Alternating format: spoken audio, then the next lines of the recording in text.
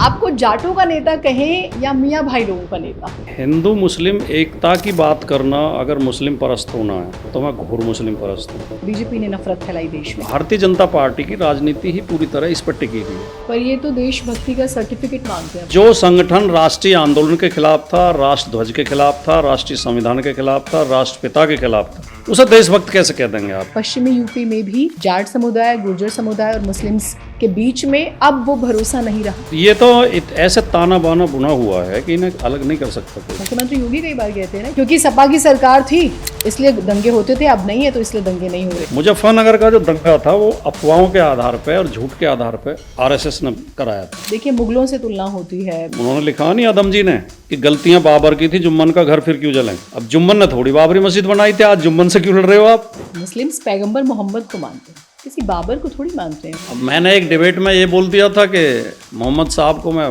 सबसे बड़ा समाज सुधारक मानता हूँ, इस पर एक गाली पड़ने लगी मुझे। आप कहते हैं मोदी और उनके सारे मंत्री और गोदी मीडिया सब मूर्ख हैं।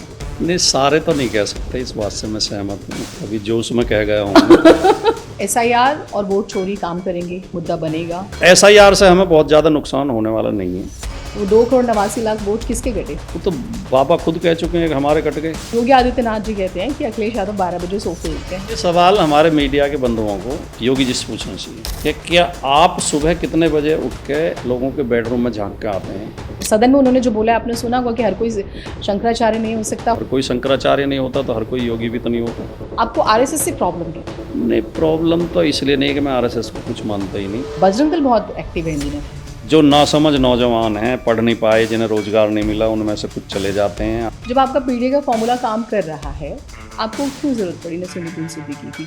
पार्टी में, संगठन में हमेशा लोगों की ज़रूरत होती है। कभी ये नहीं कह सकते कि अब हमें ज़रूरत नहीं है, अब हमारे दरवाजे बंद हो गए। समाजवादी पार्टी ने आजम खान के लिए आवाज़ नहीं उठाई। नहीं, आजम खान साहब की आवाज़ सड़क पर उठाने का कोई फ़ायदा नहीं था, उल्टे नुकसान था। तो किसी ने इस आजम खान को फंसाने की स्क्रिप्ट लिखी पूरी। सारे ऐसे ऐसे बदनाम अधिकारी में जाके पोस्ट किए जाते हैं, उन्हें एक ही काम पर लगा दिया जाता है कि इन्हें परेशान करो। आपके यहाँ से इकरा हसन आती हैं सर, लेकिन मुझे लगता है कि सबसे ज़्यादा परेशान रहती हैं वो। भारतीय जनता पार्टी की एक उपलब्धि यही है कि उन्होंने ऐसे बददिमाग और बदमिजाज लोग पैदा किए हैं इस देश में, इतने नफरती लोग जो बहन बेटियों के खिलाफ भी ऐसी भद्दी भाषा बोल सकते हैं। ऑपरेशन सिंदूर हुआ था सर, पहले पहलगाम हुआ, फिर ऑपरेशन सिंदूर और मैच हुआ था। कि एक घटना के ऊपर प्रधानमंत्री को इतनी शर्म आ जानी चाहिए थी कि वो रिजाइन कर दे, लेकिन ये बेशर्म लोग सत्ता में आजकल बैठे हैं। कौन बेहतर नेता है, राहुल गांधी या नरेंद्र मोदी? नरेंद्र मोदी को मैं नेता ही नहीं मानता। राहुल गांधी शानदार व्यक्ति है। बेहतर पीएम कौन हो सकता है? दोनों बनेंगे एक एक बार, वर्तमान से तो ज़्यादा अच्छे साबित होंगे। योगी आदित्यनाथ की एक क्वालिटी जो आपको बहुत पसंद है, धुआंधार झूठ बोलना। समाजवादी पार्टी की बेहतरीन महिला नेता। बड़ी नेता तो इनमें डिम्पल यादव ही हैं। देश का सबसे ज्यादा कट्टर नेता कौन है? ऑप्शन नहीं है, मैं नाम नहीं लूंगी, भाटी साहब को देखते हैं। तो शाहरुख खान का जवाब है कि ये तो पता नहीं, पर माँ सारी ऐसी होती है। मेरी आंख अब भी गीली हो गई, उसमें भाव है। कोई अच्छी सी रागिनी सुनाइए। करके घाल तड़पती छोटी जान क्यों ना काढ़ लेगा, ओ परदेसी साथ मेरे भी बांध क्यों ना हाड़ लेगा। समझ में आ गई आपको? हाँ, बिल्कुल। नहीं आई हो तो मैं नहीं समझाऊं। सर आगे, मुझे तो आगे, लेकिन आप समझा सकते हैं कि। नमस्कार, आप देख रहे हैं पॉडकास्ट विद जीनत, आपके साथ मैं हूं जीनत सिद्दीकी। बेहद ही खास मेहमान आज हम लेकर आए हैं अपने प्रोग्राम में। समाजवादी पार्टी के फायर ब्रांड प्रवक्ता हैं और पहचान सिर्फ पश्चिमी यूपी तक नहीं, राष्ट्रीय राजनीति में है, राजकुमार भाटी साहब। बहुत स्वागत है आपका, आपने कीमती समय निकाला। धन्यवाद जी। पर मेरा सवाल पहला पता है आपसे क्या रहने वाला है? आपको जाटों का नेता कहें या मियाँ भाई लोगों का नेता? मैं ये स्ट्रेट फॉरवर्ड पूछ रही हूँ क्योंकि आपको लेके इतने मीम्स बनाए जाते हैं आईटी सेल की तरफ से कि मुझे लगा मुझे आप ही से पूछ लेना चाहिए। आज आप उन सबको जवाब दे दीजिए। नहीं, मैं जाट नहीं हूँ, मैं गुर्जर हूँ। हाँ, और वैसे जाट, गुर्जर, यादव, कुर्मी, ये जो किसान जाति हैं लगभग एक ही जाति हैं ये। क्योंकि मैं जाति का जो डिवीज़न है इसे मैं मानव निर्मित डिवीज़न है ये प्राकृतिक नहीं है, ना ईश्वरीय देन है जैसा कुछ लोग कहते हैं। तो मैं तो ज़्यादा जातिवाद में विश्वास करता नहीं हूँ, लेकिन जब इस देश में जातियाँ हैं, जब तक ये ख़त्म नहीं की जाती तब तक तो माननी पड़ेगी। हैं, बात तो होगी। हाँ, तो मैं थोड़ा गुर्जर समाज में, कि गुर्जर समाज राजनीति में थोड़ा कम जागरूक है, तो उनमें मैंने थोड़ा काम शुरू किया था। अभी अगस्त महीने से मैंने जगह जगह चौपाल लगाई और गुर्जर समाज राजनीति में सक्रिय हो, राजनीति में एक्टिव हो, ये प्रयास किए। उसमें योगी आदित्यनाथ जी ने एक शासनादेश जारी कर दिया कि प्रदेश में किसी जाति के नाम से कोई सम्मेलन वगैरह नहीं होंगे। तो फिर हमने उसे पीडीए सम्मेलन का नाम दे दिया, पीडीए चौपाल। उसमें भी पुलिस आकर जगह जगह डिस्टर्ब कर रही थी। तो अब ये कहना, जैसा आप कह रही हैं कि जाटों के नेता, आप गुर्जर नेता कहना चाह रही होंगी, गुर्जर नेता हैं या मुस्लिम नेता हैं। अब सवाल एक है कि हिंदू मुस्लिम एकता की बात करना, अगर मुस्लिम परस्त होना है तो मैं घोर मुस्लिम परस्त हूँ। मैं धर्म के नाम पे, जाति के नाम से पे किसी से नफरत नहीं करता, होनी भी नहीं चाहिए। मैं जाति की भी अपनी पंचायत करता हूँ तो मैं उसमें ये बात खास तौर से कहता हूँ। मैंने कहा जातिवाद दो तरह का होता है। एक जातिवाद अपनी जाति की सामाजिक बुराइयों को दूर करने के लिए, जाति को शिक्षित करने के लिए, संगठित करने के लिए, प्रगति के रास्ते पर ले जाने के लिए। दूसरा जातिवाद दूसरी जातियों के खिलाफ नफरत फैलाने के लिए, कट्टरता पैदा करने के लिए। वही धर्म का मामला है। असली धार्मिक व्यक्ति कभी सांप्रदायिक नहीं हो सकता, चाहे वो किसी भी धर्म का हो, चाहे हिंदू हो, मुसलमान हो। और मैं ये भी स्पष्ट तौर पर मानता हूँ कि एक धर्म की कट्टरता दूसरी धर्म के लिए खाद होती है, खाद पानी का काम करती है। कट्टरवादी दोनों तरफ हो तभी कट्टरता चलती है। एक तरफ से हिंदुओं की तरफ से मुसलमान के खिलाफ बोला जाएगा, मुसलमान की तरफ से हिंदुओं के खिलाफ बोला जाएगा, ये बढ़ता रहेगा फिर। और वो बहुत मुट्ठी भर लोग हैं वो जो ये काम करते हैं। ज़्यादातर लोग इंसानियत में विश्वास रखते हैं, भाईचारे में विश्वास रखते हैं, उदार किस्म के हैं और मित्रता के साथ रहना चाहते हैं।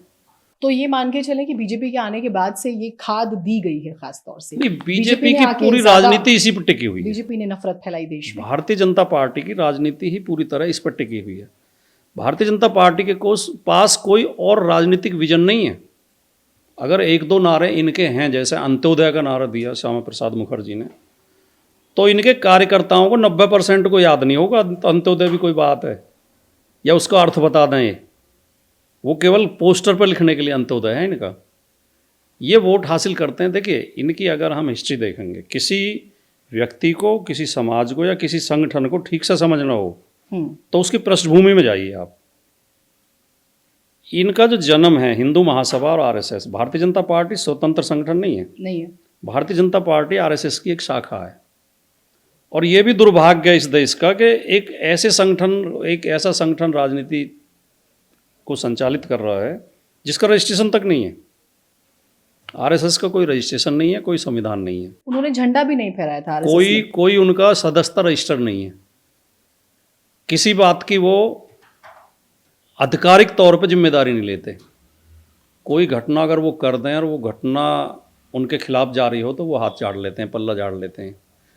किसी घटना में उन्हें श्रेय मिल रहा हो, अच्छी बात मिल रही हो तो वो जिम्मेदारी ले लेते हैं। लेकिन सर, आपने सुना होगा मोहन भागवत साहब नहीं, तो मैं पूरे ये देश के डीएनए की बात कर जाते हैं। जो मैं कहना चाह रहा था, मैं ये समझाना चाह रहा था और दर्शकों को भी ये बात समझनी चाहिए कि आरएसएस और हिंदू महासभा और मुस्लिम लीग, तीनों संगठनों के गठन के पीछे अंग्रेज थे। 1857 का जब लड़ाई हुई तो उसमें हिंदू मुसलमान कंधे से कंधा मिला के लड़े और हिंदुओं ने लड़ाई लड़के मेरठ से क्रांति शुरू हुई। मेरठ, बुलंदशहर, आसपास के ज़िले के किसानों ने दिल्ली में जाकर लाल किले पर कब्जा किया और बहादुर शाह जफर को गद्दी पे बैठा दिया। तो अंग्रेज़ों को लगा कि अगर ये हिंदू मुसलमान एकजुट होकर हमारे खिलाफ लड़े तो हम तो साल 2 साल टिक पाएंगे। तो उन्होंने डिवाइड एंड रूल की पॉलिसी बनाई कि इन्हें आपस में लड़ाया जाए और उसी पॉलिसी के तहत मुस्लिम लीग को समर्थन दिया गया, हिंदू महासभा को दिया गया और बाद में 1925 में आरएसएस बनवाई गई। तो ये अंग्रेज़ों से मदद लेते थे और इन्हें जिम्मेदारी ये दी गई थी कि आप हिंदू मुसलमान को लड़ाओ। मुस्लिम लीग कट्टर बातें करती थी हिंदुओं के खिलाफ, हिंदू महासभा और आरएसएस करती थी मुस्लिमों के खिलाफ। लेकिन 1947 में अंग्रेज़ देश छोड़ के चले गए। अब तो विवाद नहीं है। ये आज भी इनके दिमाग वहीं ठहरे हुए हैं, ये आज भी उसी बात को करते हैं। पर ये तो देशभक्ति का सर्टिफिकेट मांगते हैं। अब तो आप तो देख ही रहे हैं, देश में किसी को इनकी भी देशद्रोही कहना, इनकी देशभक्ति फर्जी, खालिस्तानी कहना, आतंकवादी कहना बहुत नॉर्मल हो गया है। कागज देखने की इनकी नई परंपरा देशभक्ति शुरू हुई है। फर्जी देशभक्ति है। जो आज ये एक सरकारी आदेश लेके आ रहे हैं कि वंदे मातरम गाना जरूरी होगा। हाँ। 1947 तक इन्होंने कभी वंदे मातरम नहीं गाया, कभी इन्होंने भारत माता की जय नहीं बोली, कभी इनकलाब जिंदाबाद नहीं बोला, कभी तिरंगा झंडा नहीं फहराया। क्योंकि उस समय झंडा फहराने पर, वंदे मातरम गाने पर अंग्रेज पुलिस कोड़े मारती थी और जेल में डाल देती थी। तो तब तो ये इसके खिलाफ थे। आज जब देश आज़ाद है, अब आपको 78 साल बाद कैसे याद आया वंदे मातरम? तो 78 साल तक आपके अंदर देशभक्ति नहीं थी। दूसरी बात, जब भारत का संविधान लागू हुआ 26 नवंबर 1949 को, आरएसएस उसके खिलाफ थी। आरएसएस के उस समय के प्रमुख गोलवलकर जी ने अपने अखबार ऑर्गेनाइजर में 30 नवंबर 1949 के अंक में एक लंबा लेख लिखा कि हमें ये संविधान स्वीकार नहीं है, ये नकल करके बनाया गया संविधान है, ये कटिंग पेस्टिंग का संविधान है, और हमारा संविधान मनुस्मृति पर आधारित होना चाहिए। मनुस्मृति पर आप सवाल पूछेंगे तो मैं आगे जवाब दूंगा। हाँ, मैं पूछने वाला, मैंने लिखा है। हाँ, जो बहुत, हाँ, जब राष्ट्रीय ध्वज तिरंगा स्वीकार किया गया, तब सावरकर ने स्पष्ट ये कह दिया, उनके लेख हैं, उनके डॉक्यूमेंट्स में मिल जाएंगे, कि ये 3 रंग अशुभ होते हैं, हमें ये झंडा स्वीकार नहीं है, मैं कभी इस झंडे के नीचे खड़ा नहीं होऊंगा। ठीक है। राष्ट्रपिता महात्मा गांधी की हत्या में आरएसएस का हाथ था, ये जब उन्होंने सरदार पटेल ने माना, जिसे आज ये जिनकी आज स्टैचू लगा रहे हैं।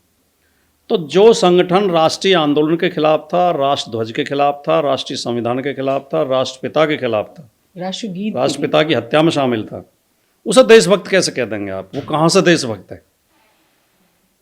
आरएसएस के मुख्यालय पर नागपुर में 2002 तक तिरंगा झंडा नहीं फहराया गया। 2001 में 26 जनवरी को जो है 2-3 लड़कों ने जाके वहाँ ज़बरदस्ती राष्ट्रीय ध्वज लगा दिया, तो इन्होंने उनके खिलाफ एफआईआर लिखाई और वो जेल गए। और जब ये केस कोर्ट में गया तो जज ने पूछा कि क्या अपराध किया इन्होंने, कि इन्होंने हमारे ऑफिस पे ज़बरदस्ती तिरंगा झंडा लगा दिया। तो आप झंडा नहीं फहराते, 26 जनवरी को झंडा नहीं फहराते, आप राष्ट्रीय ध्वज नहीं फहराते। तब कोर्ट ने आदेश किया कि आपको कम से कम 15 अगस्त और 26 जनवरी के दिन राष्ट्रीय ध्वज फहराना पड़ेगा, राष्ट्रीय दिवसों में। तब से ये फहराते हैं और केवल 15 अगस्त और 26 जनवरी को फहराते हैं। आरएसएस के किसी कार्यक्रम में आपको राष्ट्रीय ध्वज दिखाई नहीं देगा, भगवा झंडा दिखाई देता है, जो केसरिया। तो ये आज भी लेकिन ये क्या करते हैं, फर्जी देशभक्ति दिखाने के लिए तिरंगा यात्रा निकालेंगे, और इनकी तिरंगा यात्रा भी, इनके रामनवमी के जुलूस भी, और इनके जो गणेश चतुर्थी के जुलूस और सारे धार्मिक जुलूस मस्जिदों की तरफ जाते हैं, और मस्जिद के सामने जाके वो डांस करते हैं, और वो भद्दे भद्दे नारे लगाते हैं और तेज आवाज़ में डीजे बजाते हैं उकसाने के लिए। और कई जगह वीडियो आए हैं कि मस्जिद से झंडा उतार के भगवा झंडा लगा दिया। तो उसमें कई जगह झगड़े हुए हैं। कासगंज में एक लड़के की हत्या हो गई थी, पीछे संभल में झगड़ा हुआ। तो ये जो धर्म है और ये जो देशभक्ति है, ये किस काम की है? जो नागरिकों को लड़ाती हो। देखिए, मैं एक बात और बहुत जोर दे के कहता हूँ जीनत जी, 1947 से पहले देशभक्ति की पहचान थी कि जो अंग्रेजों के खिलाफ लड़ रहा है वो देशभक्त है।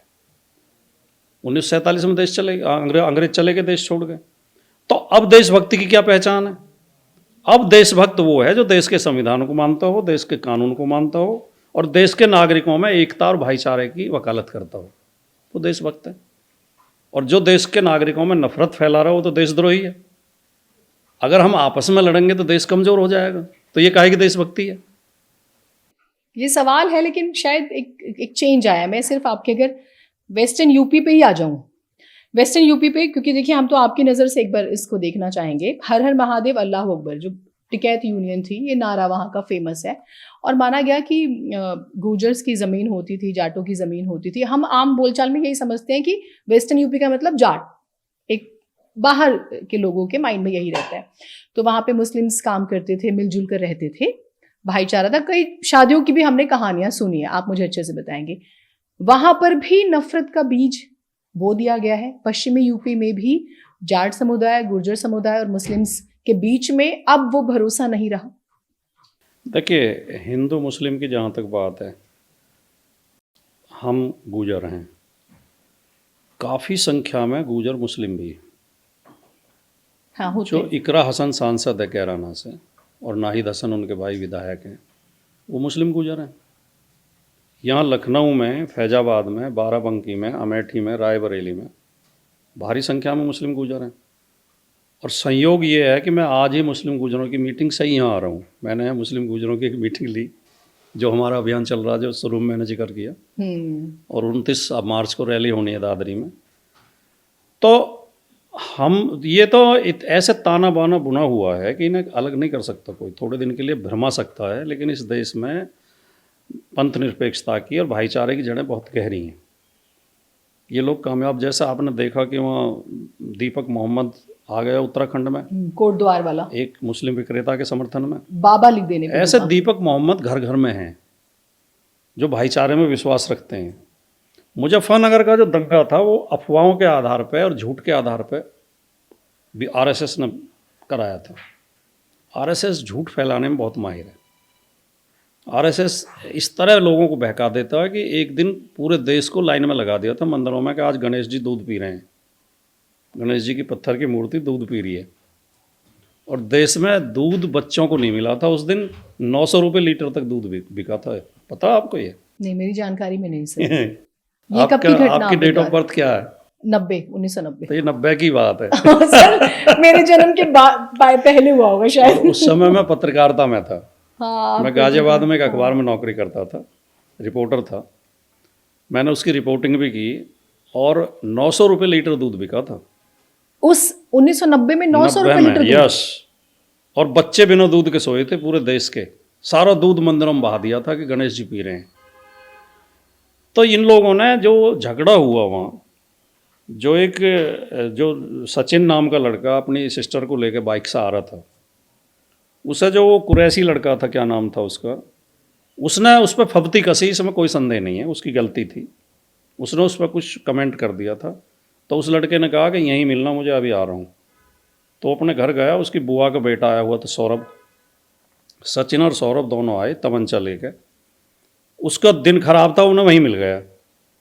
उन्होंने आके उसमें गोली मार दी। गोली मार के बाइक पर भाग लिए। तो जिस उसमें गली में घुसे, वो गली आगे से बंद थी। अगर वो निकल जाते तो अभी कोई दंगा नहीं होता। जब तक वो वापस घुमाई उन्होंने बाइक, तब तक भीड़ इकट्ठी होगी। भीड़ ने पीट पीट के उन दोनों को मार दिया। तो फिर आरएसएस ने जो अफवाहें फैलाई हैं, जो लड़का वो कुरैशी मरा था उसको कोई जिक्र नहीं है। मुसलमानों ने देखो 2 जाटों को मार दिए, लड़कों को। और अफ़गानिस्तान की वीडियो चलाई गई थी। अफ़गानिस्तान में वो तालिबान जो है किसी अफ़गानिस्तान के फौजी को मार रहे थे। उसकी पैंट भी फौजी पैंट दिखाई दे रही है, जूते भी फौजी दिखाई दे रहे हैं उस वीडियो में। ऊपर कोई कपड़ा नहीं है और उसे बुरी तरह मार रहे हैं वो सरिया लाठी डंडों से, बर्बर तरीके। तो उसे ये कह के दिखाया गया कि देखो इस तरह मारे हैं इन्होंने मुसलमानों ने। अब क्योंकि वो मारने वाले वो मुस्लिम ड्रेस में और दाढ़ी वाले थे, तालिबान थे वहाँ के, जिसे मार रहे थे वो भी मुसलमान था, वो मुस्लिम फौजी था। तो वो वीडियो जो बीजेपी में मंत्री बन रहे हैं और विधायक बन गए बाद में, और जो बड़े बड़े नेता उनके अकाउंट से पोस्ट की गई और उनसे लोगों में भ्रम फैला, दंगे फैले। और जो ये आज भी ये भ्रम फैलाते हैं कि समाजवादी सरकार दंगों को कंट्रोल नहीं कर पाई, सुप्रीम कोर्ट तक ने प्रशंसा की थी। अखिलेश यादव ने 24 घंटे के अंदर मिलिट्री लगा दी थी मुजफ्फरनगर में। अखिलेश यादव जी उस समय मुख्यमंत्री थे। हाँ। 24 घंटे में पहला रिकॉर्ड है किसी सांप्रदायिक दंगे में 24 घंटे के अंदर सेना लगी हो। शहर में दंगे 24 घंटे में कंट्रोल हो गए थे, फिर गाँवों में फैल गए, देहात में। तो वो भी अफवाह के थ्रू फैलाए गए। वो एक पूरा हाँ, एक होमवर्क उसके ऊपर शायद और फिर ये हुआ कि 50,000 मुसलमान गाँव को छोड़ छोड़ के आ गए, तो उनके लिए कैंप लगाए गए। कैंप में वो रहे और उन्हें कुछ मुआवजा दिया गया सरकार की ओर से। अब हिंदू ने तो एक ने भी अपना घर नहीं छोड़ा था, तो हिंदू को मुआवजा क्यों मिलता? मुआवजा तो उन्हें मिल रहा था जो कैंप में रह रहे थे। तो फिर इसे लेके अफवाह उड़ाई गई कि देखो अखिलेश यादव की सरकार केवल मुसलमानों को मुआवजे बांट रही है। जो 63 लोग मरे थे, उन 63 के 63 परिवारों को मुआवजा दिया गया बराबर, एक समान। लेकिन कैंप में तो जो थे उन्हें तो दिए जाते।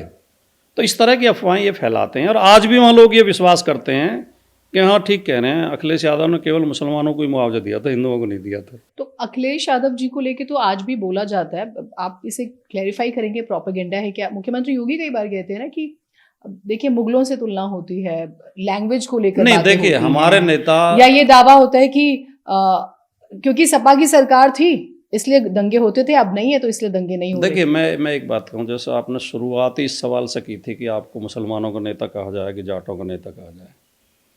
हम तो राजनीतिक आदमी हैं, राजनीतिक आदमी सबके लिए होता है। होना चाहिए सर। हम काम करते समय ये नहीं देखते कि ये हिंदू मुसलमान या किस जाति से है क्या है, ठीक है नहीं। लेकिन बीजेपी वाले हमें मुस्लिम परस्त होने का आरोप हम पे क्यों लगाते हैं? क्योंकि हम मुसलमानों से नफरत नहीं करते, क्योंकि हम मुसलमानों को शत्रु नहीं मानते, हम ये मानते हैं कि हम भाई भाई हैं। इससे ज़्यादा तो हम कुछ नहीं कहते। ठीक बात है। अब वो कहते हैं कि मुसलमान पाकिस्तान चला जाए, मगर मुसलमान गद्दार हैं, सारे आतंकवादी मुसलमान क्यों होते हैं? अब हम तो सवाल पूछते हैं, डिबेट में बैठते हैं, जब कहते हैं सारे आतंकवादी मुसलमान होते हैं, तो भैया ये नक्सल आंदोलन जो चल रहा है इसमें कितने मुसलमान हैं? जो नक्सलाइट हैं वो भी तो आतंकवादी हैं। कांग्रेस के तो कितने 8-10 नेता मार दिए थे उन्होंने। हाँ। कितने उन्होंने नेता मारे हैं, अफसर मारे हैं, फौजी मारे हैं, तो उनमें तो एक भी मुसलमान नहीं है। ये कहना कि मुसलमान ही आतंकवादी होते हैं तो मूर्खता की बात है। अब जो आतंकवादी हैं उनका हम कतई समर्थन नहीं करते, लेकिन किसी गलत एक मुसलमान कोई अपराधी है या आतंकवादी है, उसका बदला तुम निर्दोष लोगों से लोगे। वो उन्होंने लिखा नहीं आदम जी ने कि गलतियां बाबर की थी, जुम्मन का घर फिर क्यों जलें। अब जुम्मन ने थोड़ी बाबरी मस्जिद बनाई थी, आज जुम्मन से क्यों लड़ रहे हो आप? दूसरा, बाबर किसी मुस्लिम का, मुस्लिम्स पैगंबर मोहम्मद को मानते हैं, है ना, किसी बाबर को थोड़ी मानते हैं। वो एक लीडरशिप। मैंने एक डिबेट में ये बोल दिया था कि मोहम्मद साहब को मैं सबसे बड़ा समाज सुधारक मानता हूँ, इस पर एक गाली पड़ने लगी मुझे। मैं आपसे वैसे पूछने वाली थी कि अब आप जो पैगंबर मोहम्मद के अब फैन जिन लोगों ने मोहम्मद साहब की जीवनी पढ़ी पढ़ी होगी, होगी, उनके हाँ। बारे में पढ़ा होगा और उसके अंदर थोड़ी बहुत अकल होगी, तो वो ये मानेगा कि भाई मोहम्मद साहब किन परिस्थितियों में पैदा हुए थे, जब जहाँ वो पैदा हुए थे उस समाज में क्या स्थितियाँ थी। पहली बात तो हमें ये समझना चाहिए कि मोहम्मद साहब इतने भरोसे के आदमी थे कि जो लोग, जो व्यापारियों के काफिले जाते थे दूर दूर तक, व्यापार हाँ, ऊँटों पे होता था वहाँ, तो अपनी अमानतें उनके पास रख के जाते थे। उनके ऊपर लोगों को इतना विश्वास था। दूसरी बात, वो इतने इतने उदार हृदय व्यक्ति थे कि उसमें उनकी जीवनी में कहानी आती है कि एक औरत रोजाना उनके ऊपर कूड़ा डालती थी। वो एक दिन निकले तो कूड़ा नहीं डाला, तो वो रुक के खड़े हो गए। फिर उन्होंने पूछा कि भाई आज औरत नहीं दिखाई दी ऊपर थी, कि जी पता नहीं। वो ऊपर गए तो उसे बुखार था, वो बीमार थे, उन्होंने उसकी सेवा की, दवाई ला के दी, पानी दिया, तो वो औरत ने इस्लाम कबूल कर लिया, उसने वो भी ईमान ले आई कि मैं तो इस भले आदमी के ऊपर कूड़ा डाल रही थी, ये तो बहुत भला आदमी है। तो ऐसा थोड़ी है कि मोहम्मद साहब तो अकेले थे नहीं। अकेले आदमी ने तलवार के बल पर इतने मुसलमान बना दिए थे कि आज दुनिया में कितने मुसलमान हैं। 50 से ज्यादा देश, हाँ। किसी खराब शासक ने या किसी ने वाहवाही लेने के लिए, अपने शासन को मजबूत करने के लिए, राजनीतिक उद्देश्यों से कहीं जोर जबरदस्ती भी की होगी। हम सबकी सफाई ये नहीं देते कि नहीं किसी ने गलती ही नहीं की। और जब तक जिस जिस देश में लोकतंत्र नहीं था या आज भी नहीं है, वहाँ अत्याचार तो हर शासक करता है। राजा चाहे हिंदू रहे हो, सिख रहे हो, मुस्लिम रहे हो, राजा तो सारे ही अत्याचारी होते थे। राजा कौन से समाज सेवी होते थे? उनकी तो तलवार ही चलती रहती थी। पूरा इतिहास खून खराबे का इतिहास है। भाई ने भाई को मारा और वो टैक्स वसूलते थे। हाँ। तो राजाओं की कोई सफाई नहीं दे सकता, लेकिन खाली कोई धर्म तलवार के बल पे इतना नहीं फैल सकता। ठीक है, आपका एक बयान है, उससे मैं ओवरऑल समझ लूंगी इस चीज को। आपको बड़ी समस्या है मीडिया से भी, क्योंकि आपने बोला कि आप चैनल्स पे जाते हैं, तो एक तो आप कैसे तैयारी करके जाते हैं? क्योंकि देखिए मेन स्ट्रीम मीडिया में क्या हो रहा है वो किसी से छुपा नहीं है। कब माइक ऑन होते हैं, कब माइक ऑफ होते हैं। मैं 10 साल उसका हिस्सा रही हूँ, तो अंदर की सारी सिस्टम मुझे पता है, और ये मैं कह सकती हूँ, ऑफिशियली भी कह सकती हूँ। अब तो मैं आज़ाद हूँ तो मैं बोल सकती हूँ, क्योंकि आज़ादी से महंगा कुछ भी नहीं है। आप कहते हैं मोदी और उनके सारे मंत्री और गोदी मीडिया सब मूर्ख हैं। अब ऐसा भी तो नहीं हो सकता ना सर? नहीं, सारे तो नहीं कह सकते, इस बात से मैं सहमत हूँ, कभी जोश में कह गया हूँ लेकिन अधिकतर कह सकते हैं आप। देखिए मीडिया की हालत तो ये है, मीडिया की हालत समझने के लिए कोई बहुत ज़्यादा रिसर्च करने की ज़रूरत नहीं है। शाम को चैनल खोल लो, और जो मेन स्ट्रीम चैनल मीडिया है, जो मुख्य चैनल हैं, उनमें 1-2 शो को छोड़ के आप देखेंगे कि एंकर सरकार की प्रशंसा में ही बोलेंगे, विपक्ष के ऊपर आरोप भी लगाएंगे, सवाल सरकार से पूछेंगे नहीं, सवाल सारे विपक्ष से पूछेंगे, और विपक्ष के प्रवक्ता को बार बार टोकेंगे, सत्ता पक्ष के प्रवक्ता को बिल्कुल पूरी भक्ति भाव के साथ सुनेंगे, उसे बोलने का पूरा मौका देंगे। तो ये इससे अंदाज़ा लगता है कि वो कितना भेदभाव करते हैं। पर इस पर पता है सर, एक सवाल आता है, मैंने बहुत बार सोचा और इस पे कई बार हुआ भी कि जब वो एक्सट्रीम पे चला गया तो कुछ लीडर्स का बाइकॉट भी हुआ। ऑपोजिशन के जो लीडर्स होते हैं, चाहे समाजवादी पार्टी के हो, कांग्रेस को हो या किसी और पार्टी के, उन्हें बहुत ह्यूमिलिएट किया जाता है, इंसल्ट भी होती है, कुछ का कुछ बोल दिया जाता है, फिर भी वो जाते हैं। ये मजबूरी है, और main stream media sir space भी नहीं देता, ये सब जानते हैं। सब जानते हैं कि ऑपोजिशन को स्पेस नहीं मिलता उस पर, फिर भी जाते हैं। तो ऐसा क्यों? कुछ दिन तो हमने भी बॉयकॉट रखा था, फिर इस पे हमने सोचा, विचार किया, मंथन किया।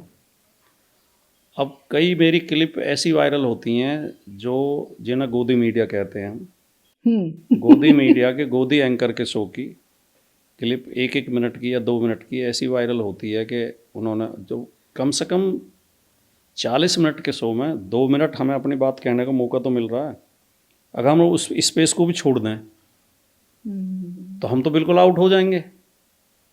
अब देखिए, मीडिया के महत्व से इनकार तो नहीं किया जा सकता, बिल्कुल भी नहीं, ठीक है नहीं। और आजकल जो, हालांकि बहुत लोगों ने देखना कम कर दिया है, अब चैनल वगैरह देखने को कम कर दिए हैं, और आज जो है काफ़ी स्पेस इन्होंने यूट्यूब चैनल्स ने ले ली है। ये हुआ कि एक शिफ्ट आ गया है कि सोशल मीडिया बहुत पैरेलली आ गया, लेकिन फिर भी नैरेटिव बनाने में, परसेप्शन बनाने में मीडिया की बहुत बड़ी भूमिका है। तो हम वहाँ जाके कम से कम एक इतना तो वो थोड़े से डर के भी बोलते हैं कि यार ज़्यादा बड़ा झूठ बोल दिया तो ये तुरंत काट देंगे उसे। तो हमारी उपस्थिति से एक हल्की सी लगाम तो उन पर रहती ही है, और हम अपनी बात कह भी देते हैं मौका देख के। लेकिन मैं एक चीज ये बात, मैं आपकी बात से बिल्कुल सहमत हूँ। कई बार तो कई प्रवक्ताओं को इतना अपमानित करते हैं, बहुत होता है और सर, पार्टियों के खिलाफ होता है। बोलते हैं। और अब अभी कुछ सवाल उठा रही थी आप, तो उसमें हाँ, जो मूर्खता वाला सवाल उठा रही थी यार, इसका भेद देखिए। 24 का चुनाव हुआ, लोकसभा का, सर्वे किए चैनलों ने। पहली बात तो मोदी जी के मुंह से गलती से निकल गया किसी पिनक में कि अब की बार 400 पार, तो पूरा मीडिया पूरे चुनाव 400 ही सीट देता रहा उन्हें। इस पर रिसर्च करने की जरूरत है कि इसका कारण क्या था। ये डरे हुए हैं, बिके हुए हैं, या मूर्ख हैं? इन तीनों में से एक चीज हो सकती है सर। ईडी सीबीआई सबके लिए होती है। अब यूपी में जैसे पूरे देश में तो 400 उन्हें दे रहे थे, आई 240, तो बाद में तो इन्हें शर्म आनी चाहिए थी कि तुम्हारे सारे सर्वे बेकार हो गए। यूपी में कोई भी चैनल, मुख्य चैनल, हमें 5 से ज़्यादा सीट नहीं दे रहा था समाजवादी पार्टी को, कोई 3, कोई 4, कोई 5, और बीजेपी को सारे 75, 76, 77 दे रहे थे। वो 14 का रिकॉर्ड उसको बढ़ाने की कोशिश में थे। अब जब रिजल्ट आया तो हमारी 37, बीजेपी की 33, जिसकी ज़्यादा सीट आ रही हैं उसका आपके सर्वे में 5 सीट आ रही हैं। तीसरी बात ये वो करते हैं कई बार, जो है जो चैनल पे करा लेते हैं कि हाँ के लिए ये दबा, वो दबाएं, ये नहीं, हाँ या नहीं। मैं आपको एक इंसिडेंट बताती हूँ। एक लास्ट बात और कह दूं, प्लीज कीजिए। रिपोर्टर जहाँ जहाँ बाइट लेते हैं वो सारे मोदी के समर्थन में बोलने वाले होते हैं। ऐसा कैसे? बीजेपी को ज़्यादा से ज़्यादा जो मिली हैं वो 32-33% वोट मिला है देश में, इतना ही रहता है, 30-31, तो 67% वोट तो उनके खिलाफ जा रहा है। 67% में से आपको कोई आदमी नहीं मिल रहा बाइट देने के लिए। तो ये 3-4 सवाल मेरे हैं जो मीडिया को भी इन पर चिंतन करना चाहिए। और इतने जब आप ज़्यादा झूठ बोलोगे तो आपकी विश्वसनीयता खत्म हो जाएगी, और जिस चैनल की या अखबार की विश्वसनीयता नहीं रहती है फिर वो कुछ नहीं बचता। नहीं, ये बड़ा अच्छा इंसिडेंट है। 2022 एमसीडी इलेक्शन हुए थे दिल्ली में, तो एक संस्थान में थी मैं, तो क्या हुआ कि सर रिजल्ट कल आना था, तो एग्जिट पोल पे डिबेट होती है, तो ये हुआ कि 2 घंटे आपको रहना है। ठीक है जी, रहना है, तो कुछ पेपर्स के एडिटर से मिल लेना, जाके मिल लेंगे। तो गए जब, तो उन्होंने एक दिया कि इन मुद्दों पे वोटिंग हुई कि पानी पे कितने लोगों ने वोट किया, बिजली पे, और तो जस्ट एक सवाल था, ये कब तैयार हुआ? तो ठीक है, आज सुबह तैयार हुआ है। तो वो एडिटर ने ऑफिस आके, शिफ्ट में आके उसने वो तैयार कर दिया, एंकर्स को पकड़ा दिया और इसी के आसपास रहना है। तो इंटरनली ऐसे होता है। हाँ। और ये बातें इसलिए कहनी जरूरी है। मैं तो खुद क्योंकि रहा हूँ अखबार में। हाँ, मैं तो आप क्या, तो जर्नलिस्ट हैं, तो आप तो जानते हैं नहीं, मैं जब अखबार में था, एक लोकल अखबार वहाँ निकलता था, तो उस समय वो उस पर छपता था, चैंडर प्रेस पे, जिसमें कंपोजिंग की जाती, वो शायद आपने देखी भी नहीं सर होगी। नहीं देखा हूँ। उसमें हाथ से अक्षर जोड़ जोड़ के वो बनाए जाते थे फर में, अच्छा और फिर वो मशीन पे ऐसे छपता था, एक आदमी ऐसे पेपर लगाता था, दूसरा उठाता था, अच्छा, वो हाथ से विजुअल्स चलता था। यूट्यूब हाँ। पे देखेंगे। तो उसमें क्या होता था, फिलर रखते हाँ, हैं नहीं fillers, उसमें। हाँ। तो उसमें क्योंकि मेहनत बहुत, आप कंप्यूटर पे तो फिलर की जरूरत नहीं, कंप्यूटर से आप कुछ भी डिजाइन बना देंगे, लेकिन उस समय तो उसका बहुत महत्व था कि कंपोजिंग करनी है सारी, तो उस पेज में कुछ फिलर रखते थे। तो फिलर जैसे एक रखते थे हम, ये जो क्या बोलते हैं इसे, राशिफल राशिफल का एक फिलर रखते थे हम। तो वो हम एक ही जो है 15 दिन तक यूज करते थे। 15 दिन तक एक बार कंपोज करके वो एक पेज मैं ही Time बनवाता taking, था, हाँ, time उसका सब एडिटर मैं था। हम्म, वो पेज मेरे हिस्से में आता था जिसमें वो लगता था राशिफल। तो मैं क्या करता था, उसे एक ही वो होता था वही, हाँ, रोजाना उसकी राशि चेंज कर देते थे। हम्म। बहुत इंटरेस्टिंग बात है, आप सुनिए। सर फर्जीवाड़ा भी है इसमें। तुला को उठा के मेष की जगह रख दिया, मेष को उठा के इसकी जगह रख दिया, वृश्चिक की जगह रख दिया, मैटर वही रहता था। जैसे तुला के बारे में लिखा है कि आज आपको धन की प्राप्ति होगी, मुकदमे में जीत होगी। और वृश्चिक में लिखा है कि मित्रों से झगड़ा हो सकता है, हो सकता है। पानी से बच कर रहें आज। और ये तो सब उलट पुलट कर देते थे। अच्छा, 15 दिन तक छापते थे हम, 15 दिन बाद नया कंपोज कराते थे, फिर 15 दिन उसे छापते थे। तो ऐसा ही। तो उसमें भी कई पत्र ऐसे आते थे, रोजाना 3-4 पत्र ऐसे आते थे जी, आपके यहाँ जो ज्योतिषी साहब वो बताते हैं राशिफल, वो बहुत पहुंचे हुए हैं जी, और मेरा बिल्कुल सही बैठता है सटीक, मैं उनसे मिलना चाहता हूँ, उनका नंबर दे दें। वो न्यूज एडिटर मुझसे कहता था, भाटी जी ये पत्र आया आपकी प्रशंसा में। मैंने कहा हमारे पास भेज दिया करो, हम ही ज्योतिषी हैं। तो ऐसा ही यहाँ ऐसा ही ये सर्वे होते हैं इनके। सर्वे में वही सवाल पूछेंगे, अरे कई बार तो जीनत जी, हम तो साक्षात, आपने भी देखा हम भी देखते हैं, रिकॉर्डिंग हो रही है शो की, उसमें ऑनलाइन ओपिनियन ले रहे हैं, ऑनलाइन वोटिंग करा रहे हैं। हाँ, टैली खोल दी जाती है। मैंने 1-2 बार तो नहीं, कहीं नहीं खोली जा रही, वो तो रिकॉर्डिंग हो रही है, उसमें कहीं जा थोड़ी रही हो। अच्छा, वो शो चलेगा जब तब हाँ। तो इस सवाल पे आप बताएं, इस सवाल पे कि कितने लोग इससे सहमत है, कितने नहीं है, और उसमें दिखा रहे हैं कि इतने पर, उसी में रिकॉर्डिंग में दिखा रहे हैं कि इतने % ने हाँ कहा, इतने % ने ना कहा। मैंने कहा कहाँ से कह दिया, ये तो रिकॉर्डिंग है। बोले यार चुप रहो। अच्छा, मतलब ये धोखाधड़ी करते हो, शर्माते भी नहीं है, हमारे सामने कर रहे हैं और उसमें बीजेपी को जिता रहे हैं। तो आप लोगों को, अच्छा, न्यूज रूम में जो ये सब जो होता होगा, रिकॉर्डिंग भी, और वीकली शोज रिकॉर्ड होते हैं पहले, कभी हार्ट बीट ऊपर नीचे नहीं होती इतना झूठ देख के, इतनी चालाकी देख के? शुरू में हमें या आप परेशानी, एंजॉय करने लगे आप लोग? हाँ यस, शुरू में मुझे होती थी दिक्कत, मैं चीखता चिल्लाता भी खूब था, झगड़े भी हो जाते थे, लेकिन फिर धीरे धीरे अनुभव हो जाता है नहीं, अब तो मैं एंजॉय करता हूँ। अब जितना भद्दा बोलता है नहीं सामने वाला प्रवक्ता बीजेपी का, मैं उतना हंसता हूँ उसमें शो में, और मैं हंस के शालीनता से दो वाक्य बोल देता हूँ, उसका सारा ध्वस्त हो जाता है। तो अब ज़्यादा टेंशन में लेता नहीं, मुझे ये भी पता है कि ये जो बदतमीजी कर रहा है, ज़ोर ज़ोर से चीख चिल्ला रहा है, देखने वाले हंस रहे होंगे। ये होता है सर, जो भी फुहड़ता चलता है ना, लोग देखते हैं, सोशल मीडिया का दौर है। पहले पत्रकार थे, वो प्रवक्ता हो गए हैं आजकल, तो ये उनकी एक वीडियो बहुत वायरल हुई थी, कूद कूद के रिपोर्टिंग कर रहे थे सड़क पे, आपने जरूर देखी होगी सर। रिया चक्रवर्ती सुशांत सिंह राजपूत केस पूरा देखा है सर, कौन भूल सकता है। जब पुलिस की गाड़ी जा रही थी, दौड़ रहे थे ऐसे कूद कूद के, तो मैं उनसे बहुत मजे लेता हूँ। वो मेरे शो में अक्सर एक चैनल पे वही बैठते हैं मेरे साथ, तो वो जैसे ही चिल्लाना शुरू कराएगा, मैंने कहा अच्छा भाई चिल्ला चिल्ला चिल्ला चिल्ला, फिर उसे शर्म सी आती है थोड़ी। एक दिन तो मैंने कह दिया, मैंने कहा यार ये तुम्हारी स्टाइल क्या है, जैसे बसों में सामान बेचते हैं ना छत में हाथ मार के, कि देखिए जनाब ये पेन खरीदी है आप। तो ये होता है। आपसे इतनी बातें करने, लेकिन बहुत मजेदार हो रही है आपसे चर्चा। मैंने वेस्टर्न यूपी को एक बार समझती हूँ सर, वेस्टर्न यूपी की पहचान ना गन्ना और गन्ना किसान, हमेशा मोदी जी ने तो अच्छे दिन ला दिए उनके भी। बीजेपी ये गारंटी करती है कि किसानों की आय दोगुनी करनी थी, एमएसपी की बात होती थी, स्वामीनाथन आयोग की रिपोर्ट की बात होती थी। आप सच सच बताइएगा, सब कुछ सही चल रहा है, किसान बहुत अच्छी स्थिति में है? योगी आदित्यनाथ जी ने जब मार्च 2017 में मुख्यमंत्री पद की शपथ ली थी, तो इन्होंने जो इनके पहले निर्णय थे उसमें एक निर्णय ये भी था कि कृषक समृद्धि आयोग का गठन किया था। हम्म, और उसका इतना महिमा मंडन किया गया था, अखबारों में एक एक पेज के विज्ञापन थे और न्यूज में कई दिन तक चलवाया गया था कि उत्तर प्रदेश में कृषक समृद्धि आयोग का गठन, और इस आयोग की रिपोर्ट के बाद किसानों की किस्मत बदल जाएगी और किसानों की आय दुगनी कर देंगे हम 2022 तक। ये वो रखा गया था।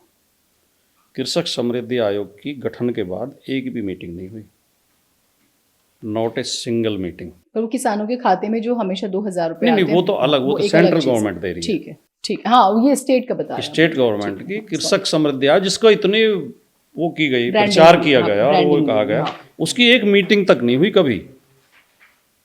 तो ये तो इनकी गंभीरता है अपने प्रॉमिस के प्रति या अपने काम के प्रति। और ऐसे बहुत उदाहरण दिए जा सकते हैं। लोगों इन्हें झूठ बोलना है, लोगों को बहकाना है, और ये डेट बढ़ाते रहते हैं। मोदी जी भी पहले कहते थे 2022 तक हो जाएगी, फिर उसमें बढ़ा दिया 2025 तक हो जाएगी, अब 25 भी निकल गई, अब 50 पे जा रहे हैं कि 50 तक हो जाएगी। 47 किसान की आय और कम हुई है बढ़ने के बजाय। हाँ, बीजेपी के शासन में किसान की आय, क्योंकि खाद इन्होंने क्या किया, खाद की कीमत तो नहीं बढ़ाई, लेकिन उसमें खाद कम कर दिया। बोरी में 50 किलो का यूरिया का कट्टा आता था, तो इन्होंने कुछ दिन 2 साल बाद कर दिया 45 किलो, 5 किलो कम कर दिया, कीमत नहीं बढ़ाई। अब कर दिया है 40 किलो। अब यूरिया के बोरी में 40 किलो यूरिया आता है। जितने पैसे में 50 किलो यूरिया मिल रहा था पहले, अब उतने पैसे में 40 किलो। तो किसान की लागत बढ़ी, लागत तो बढ़ गई, बिजली महंगी हुई है, डीजल महंगा हुआ है, ट्रैक्टर महंगे हुए हैं, जो कृषि के यंत्र हैं वो महंगे हुए हैं। तो किसान की आमदनी तो उसे कहेंगे नहीं कि जो प्रॉफिट हुआ सर, हाँ, सारे खर्चा खर्चों के काट बाद, के, जो cost के लागत बाद को जो काट के के, हाँ, लाभ आए, कितना हाँ, हुआ, वो आए, तो लाभ जो है घटा है, बढ़ा नहीं है। लेकिन फिर भी वेस्टर्न यूपी में बीजेपी स्ट्रांग है सर, है ना? आपकी मैं देखती हूँ 29 सीटें हैं, 14 बीजेपी के पास हैं, 108 विधानसभा की सीटें ज्यादा उनके पास मुद्दों है। पर बरगला के मुसलमान से हिंदू को भय दिखाते हैं। देश में टोटल आबादी में 20 करोड़ के लगभग मुसलमान हैं और 100 करोड़ हिंदू हैं। 100 करोड़ लोगों को 20 करोड़ लोगों से डराते हैं कि तुम्हारे भैंस छीन ले जाएंगे, तुम्हारे 2 कमरे का मकान 4 कमरे का तो 2 कमरे छीन लेंगे, मंगलसूत्र छीन ले जाएंगे, और ये घुसपैठिए हैं। और कहते हैं कि 2050 में मुसलमानों की जनसंख्या हिंदुओं से ज़्यादा हो जाएगी। जिस गति से जनसंख्या बढ़ रही है, मुस्लिम की भी जनसंख्या जिस गति से बढ़ रही है वही रहे अगर, और हिंदू की भी जिस गति से बढ़ रही है, तो 2050 में भारत की कुल आबादी होगी 175 करोड़, जिसमें मुसलमान होंगे 31 करोड़ और हिंदू होंगे 129 करोड़। और ये कहते हैं कि हिंदुओं से ज़्यादा हो जाएंगे मुसलमान। अब जो भोले भाले लोग हैं, जो कट्टर भी ना हो और उनके अंदर नफरत भी ना हो, लेकिन भोले हैं, वो बहकावे में आ जाते हैं। तो इस बार वेस्टर्न यूपी में चेंज होगा, आप तो मान एक रहे तो हैं? ये, दूसरा ये जातियों के नाम पे, अरे ओबीसी का तो सारा फायदा यादव उठा ले जाते हैं, सारी नौकरी यादव खा जाते हैं, एससी की तो सारी नौकरी जाटव खा जाते हैं। तो गैर जाटव एससी को अपनी तरफ जोड़ा, गैर यादव ओबीसी को अपनी तरफ जोड़ा। अब वो दोनों समझ चुके हैं, जिनमें गुजर भी है, जाट भी है, उधर अन्य जैसे वाल्मीकि हैं, पासी हैं।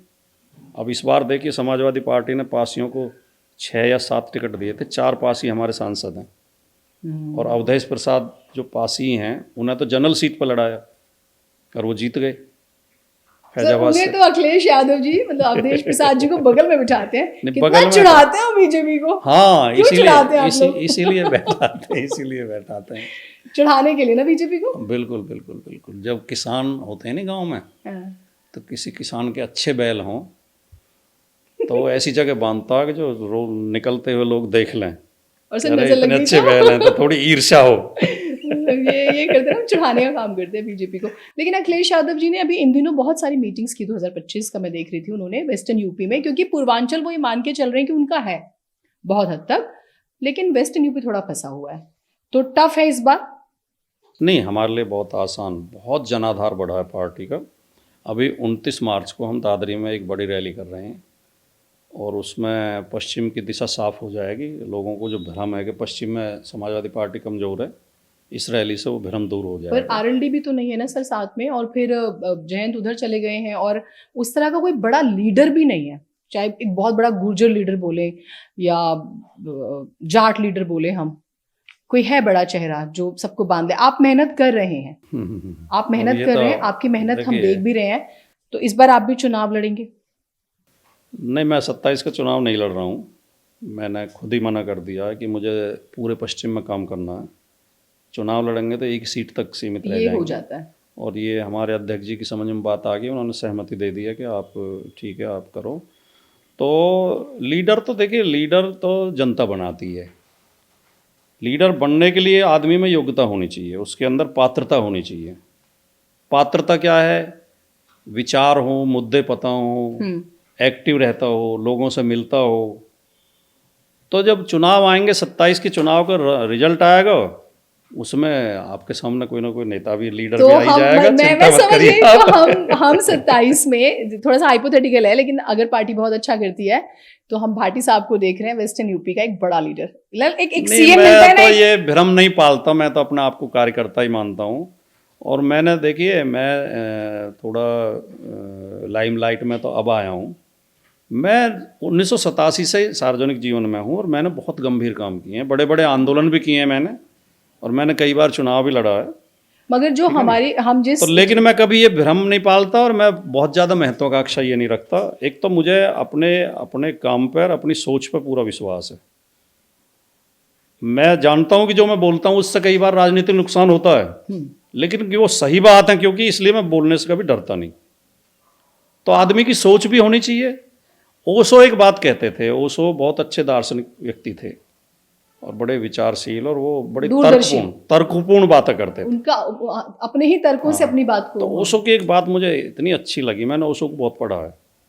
उन्होंने कहा जो असली नेता होता है वो चौराहे पे खड़े होकर ये तय करेगा कि कौन सा रास्ता सही है, और वो ये नहीं देखेगा कि मेरे साथ कितने लोग चले, चाहे वो अकेला भी है उसी रास्ते पे जाएगा। और जो नकली नेता होते हैं वो चौराहे पे खड़े होकर देखते हैं भीड़ किधर जा रही है और दौड़ के उनके आगे हो जाएंगे।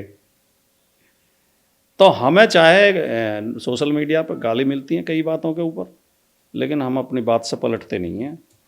हमारा दृढ़ विश्वास है सामाजिक न्याय में, समाजवाद में, हिंदू मुस्लिम भाईचारे में, एकता में, और कट्टरवाद और पाखंड के खिलाफ हूँ मैं पूरी तरह। तो मैं खुल के बोलता हूँ, कोई नाराज होता हो जाए। एसआईआर और वोट चोरी काम करेंगे, मुद्दा बनेगा, क्योंकि अभी तक तो नहीं बना। अखिलेश यादव जी के नेतृत्व ने और समाजवादी पार्टी के कार्यकर्ताओं की मेहनत ने बीजेपी का इस षड्यंत्र विफल कर दिया। षड्यंत्र बीजेपी कर रही थी। तो वो 2,89,00,000 वोट किसके घटे? वो तो बाबा खुद कह चुके हैं कि हमारे कट गए। हमारे तो ठीक ठाक है सब, हमने तो बूथ बूथ पर कार्यकर्ता लगा दिए थे। वो पीडीए प्रहरी जो लगाए गए थे। हमारे जिले में 4 लाख वोट कटे हैं, हमारा कोई वोट नहीं कटा।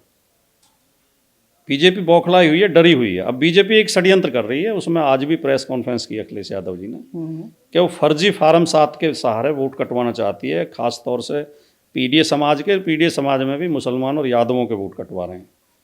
एक एक बूथ पर 100 फार्म भर भर के दे दिए, एक ही आदमी के साइन करा दिए हैं, और उनमें से कई लोगों को समाजवादी पार्टी ने लाकर मीडिया के सामने पेश कर दिया है। उसने कहा जी मैंने कोई फार्म नहीं भरा। मैं एक तो ऐसा है वो नंदलाल जो है, नंदलाल वायरल है, सिग्नेचर करना भी नहीं जानता, वायरल है बहुत। अखिलेश जी उसके ने नाम से हाँ, सिग्नेचर कर रखे हैं। उन्होंने एक्सपोज किया ये। हाँ। अखिलेश जी ने ऐसा हाँ, बोला कि इन्होंने एक्सपोज किया तो फॉर्म 7। ये इसे एक्सपोज करने की वजह से और इतनी सजगता की वजह से ये षड्यंत्र भी इनका विफल होने जा रहा है। अब कल हमारा प्रतिनिधिमंडल, विधायकों का प्रतिनिधिमंडल चुनाव अधिकारी से, मुख्य चुनाव अधिकारी जो उत्तर प्रदेश के हैं, उनसे मिलेगा और ये सारी शिकायतें दर्ज कराएगा। तो एसआईआर से हमें बहुत ज़्यादा नुकसान होने वाला नहीं है। वोट चोरी मुद्दा है, वोट चोरी करने नहीं देंगे हम। हमारी टीम हर जगह मजबूत रहेगी, हर बूथ पर कमेटी बना दी है, उन्हें प्रशिक्षण दे रहे हैं। अब इनके पास आखिरी चारा बचा है कि ये बिहार की तरह कोई गेम खेलें ऐसा कि लोगों के अकाउंट में पैसे भेज दें। अच्छा, हाँ, उसकी काट पे हम ढूंढ रहे हैं। वो अभी हम मतलब बताएंगे नहीं कुछ तो भी आप लेकिन exclusive उसमें तो पार्टी देखिए। बहुत गंभीर है। अच्छा, हाँ, ये बड़ी बात उसका बता रहे हैं। मुकाबला भी हम करेंगे। नहीं, वहां पे तो बिहार में तो वो 10,000 दिए गए फिर वापस मांगे गए हैं, तो वो भी एक बड़ा कलेश चल रहा है। मैं क्योंकि बिहार हाँ, में इनका भी थोड़ा विश्वास सा तो खत्म हो ही गया उसके बाद। वो मांगे जा रहे थे, तो कई बड़ी जगह बड़ा मांगे जा विवाद रहे हैं, हुआ और जो था। महिलाएं रह गई थी जिन्हें नहीं मिले थे उन्हें मिले ही नहीं फिर हाँ। चुनाव होने के बाद। अच्छा, मुझे आप ये अंदर की बात बताएंगे। योगी आदित्यनाथ जी कहते हैं कि अखिलेश यादव 12 बजे सो के उठते हैं। मैं ना सपा के जो भी लीडर मुझे मिलते हैं मैं उनसे पूछ लेती हूँ कि सच में ऐसा है क्या, या योगी जी को स्पेशली पता है?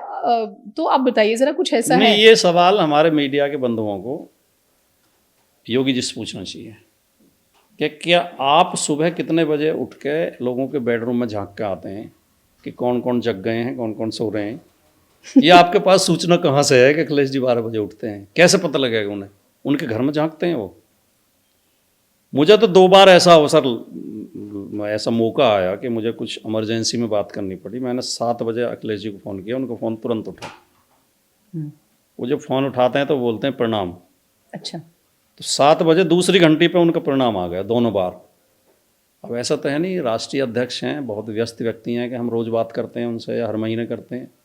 2 बार मुझे ऐसा मौका मिला, और मौका मतलब ज़रूरत पड़ी कुछ जरूरत इमरजेंसी बड़ी में, रही होगी। हाँ। तो मैंने उन्हें कॉल की। उनकी तुरंत 7 बजे कॉल उठी।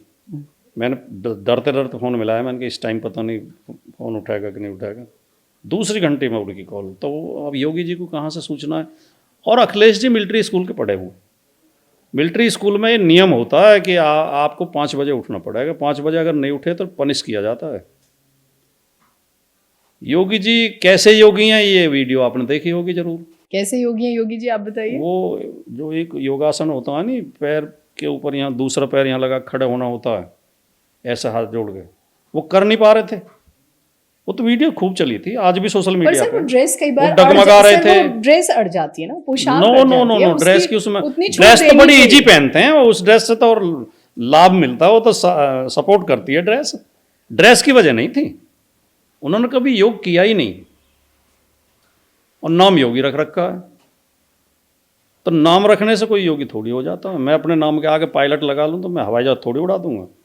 पर अभी मुक्तेश्वरानंद जी वाली जो पूरी कंट्रोवर्सी हुई है उसमें तो अभी सदन में उन्होंने जो बोला है, आपने सुना होगा कि हर कोई शंकराचार्य नहीं हो सकता, होते तो समाजवादी पार्टी की सरकार में डंडे चले थे, तो ऐसा तो नहीं होता। नहीं, तो वो तो बोल तो कुछ भी देते हैं, बोलने पर तो उनके कोई लगाम ही नहीं है। हर कोई शंकराचार्य नहीं होता तो हर कोई योगी भी तो नहीं होता। आप देखते नहीं, इतनी शंकरा पूजा करते हैं हर त्योहार पे योगी जी, होली, पूजा हम नहीं करते अपने दिवाली, घर में। नवरात्रों पे, आपने भी गोरखनाथ गणेश पीठ जी रख में। रखे हैं शुभ अपने काम अपने से घर पहले में तो होने चाहिए सर। नहीं, मुझे बहुत अच्छा लगा कि जीनत जी ने गणेश जी रख रखे हैं। इसी से तो देश आगे बढ़ेगा। नहीं सर, हम तो मतलब हम बड़े हुए हैं इस माहौल में। हर मंगलवार को हनुमान जी बूंदी पड़ती, तो जाना मंदिर देखिए, साफ करना, फिर दिवाली में अली बसें और राम बसें रमजान, ऐसा होना चाहिए अपना हिंदुस्तान। नजर लग गई किसी की। नज़र नहीं लगेगी देश में। मैं तो बहुत पॉजिटिव हूँ इस मामले में। मैंने एक गज़ल लिखी थी कि कुछ कट्टर हिंदू कट्टर मुसलमान हैं दोनों तरफ, वरना ज़्यादा तादाद में इंसान हैं दोनों तरफ। वाह। और हमने कितने नाम कितने रूप उसको दे दिए, एक ही अल्लाह या भगवान है दोनों तरफ। वाह। तो कुछ मुट्ठी भर लोग हैं कट्टरवादी जो कोशिश करते हैं, क्योंकि उनकी दुकान इसी से चलती है। और अगर लोग आपस में डरना छोड़ देंगे, आपस में वो घृणा छोड़ देंगे, तो उनकी दुकान बंद हो जाएगी। इसलिए वो ये सब बनाए रखना चाहते हैं, लोगों को बहका के। वरना तो देश की आम आवाम जो है वो भाईचारे में विश्वास रखती है, प्रेम मोहब्बत में विश्वास रखती है, और बहुत उदार लोग हैं। और गाँव में कस्बों में जाके देखिए आप, हिंदू मुसलमान एक दूसरे के ऐसे काम आते हैं, एक दूसरे की इतनी मदद करते हैं। अभी पीछे एक घटना हुई थी, वो एक गाड़ी गिर गई थी उसमें तालाब के अंदर। तो मुस्लिम नाविक था, और नाव चलाने वाला था मल्लाह था। हाँ, उसने खुद अपनी जान पर खेल के उसे निकाला, बचाया। वो बहुत वायरल हुआ था सर। हाँ। बहुत। और वहाँ दीपक मोहम्मद का किस्सा है ही उत्तराखंड का। हाँ। तो ऐसे लोग बहुत भरे पड़े हैं, उन्हें मीडिया कम दिखाता है, मीडिया कम स्पेस देता है। वरना देश में नफरत करने वाले तो बहुत कम लोग हैं, बहुत कम। लेकिन अच्छा है कि उसी पैरेलली एक सोशल मीडिया भी आ गया, जिसने बहुत चीज़ें जो छुपी हुई थी उन्हें उजागर किया है। असल में सोशल मीडिया तो एक, क्योंकि वो है नहीं, क्या है कि खुली चौपाल है, कोई भी आके बैठ जाओ और बिना एडिटर का मीडिया है, हाँ, सब तो एडिटर उसमें ही है सर। दोनों तरह के लोग हैं, प्रधान संपादक ही है वहाँ पे सब। दोनों तरह के लोग हैं, उसमें अच्छा करने वाले भी हैं बुरे वाले और अफवाह फैलाने वाले भी हैं, हाँ, दोनों उसके झूठ फैलाने वाले। वो उसका आजकल तो इससे जो क्या AI एआई से बना बना के वीडियो डाल रहे हैं। रवीश कुमार के नाम से कई चैनल चल रहे हैं बहुत चैनल चल रहे हैं। और रवीश कुमार बार बार सफाई देते रहते हैं कि मेरा एक ही चैनल है, रवीश कुमार ऑफिशियल। लेकिन रवीश कुमार के नाम से एक दिन मोदी का इस्तीफा करा रहे थे रवीश कुमार, कि मोदी इस्तीफा देंगे, कभी कुछ करा देते, वो फर्जीवाड़ा भी चल रहा है। आपका भी चैनल है सर, आपके भी मैं बिल्कुल मेरा तो देखती उस हूँ। टाइप का तो चैनल नहीं है, लेकिन आप अपने मैं रखते हैं, अपने अपने points विचार रखते हैं। रखने के हाँ, लिए हाँ। मुझसे बहुत दिन से लोग कह रहे थे जो मित्र थे। देखिए मैं 1987-88 से 95 तक मैंने अखबारों में लेख लिखे, छोटे छोटे लेख में लिखता था और कई अखबारों में छपे मेरे। तो मुझे एक वरिष्ठ साहित्यकार ने ये सलाह दी, शेरा यात्री जी थे, बहुत बड़े कहानीकार थे, अभी 2 साल पहले उनकी डेथ हुई है, राष्ट्रीय स्तर के कहानीकार रहे हैं वो, कि तुम ये लेखों का संग्रह छपवाओ। तो मुझे उनकी सलाह बड़ी अच्छी लगी, मैंने वो संग्रह छपवाया। तो इसी तरह मुझे ये बहुत दिन से लोग सलाह दे रहे थे कि अपना यूट्यूब चैनल शुरू करो। अब मेरी समझ में नहीं आ रहा था, मैं इस मामले में थोड़ा सा ज़्यादा जानकार हूँ नहीं। मैं सोच रहा था मोबाइल से ही काम हो जाएगा, और इसमें तो बड़ा काम करना पड़ता है। पहले रिकॉर्डिंग करो कैमरे से, फिर उसकी एडिटिंग होती है, फिर उसकी थंबनेल बनती है। हाँ, चलो आपको सब पता तो। तब मुझे एक मित्र मिल गए, वो चलाते हैं, ये ऑनलाइन कोचिंग का उनका सेंटर है। हाँ। उन्होंने कहा मेरा स्टूडियो है, मेरा स्टाफ है, कैमरा है, सब कुछ है, मेरे यहाँ आकर रिकॉर्डिंग कर दिया करो। अच्छे लोग भी हैं सर। तो मैंने उनके यहीं करता हूँ मैं, मेरा तो अच्छा। फ्री में काम चल रहा है वो जो है।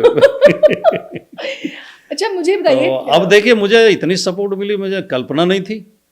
मैंने तो शुरू में ये लिखा फेसबुक पे कि भाई मैंने ये यूट्यूब चैनल शुरू किया है, अगर इसके सीमित अवधि में जो है 1000 हो गए सब्सक्राइबर, तो मैं इसे आगे बढ़ाऊंगा। तो 1000 तो 4-5 दिन में ही हो गए, और फिर मेरे आप विश्वास करो 3-4 महीने तक 1000 सब्सक्राइबर डेली बढ़ते रहे, डेली।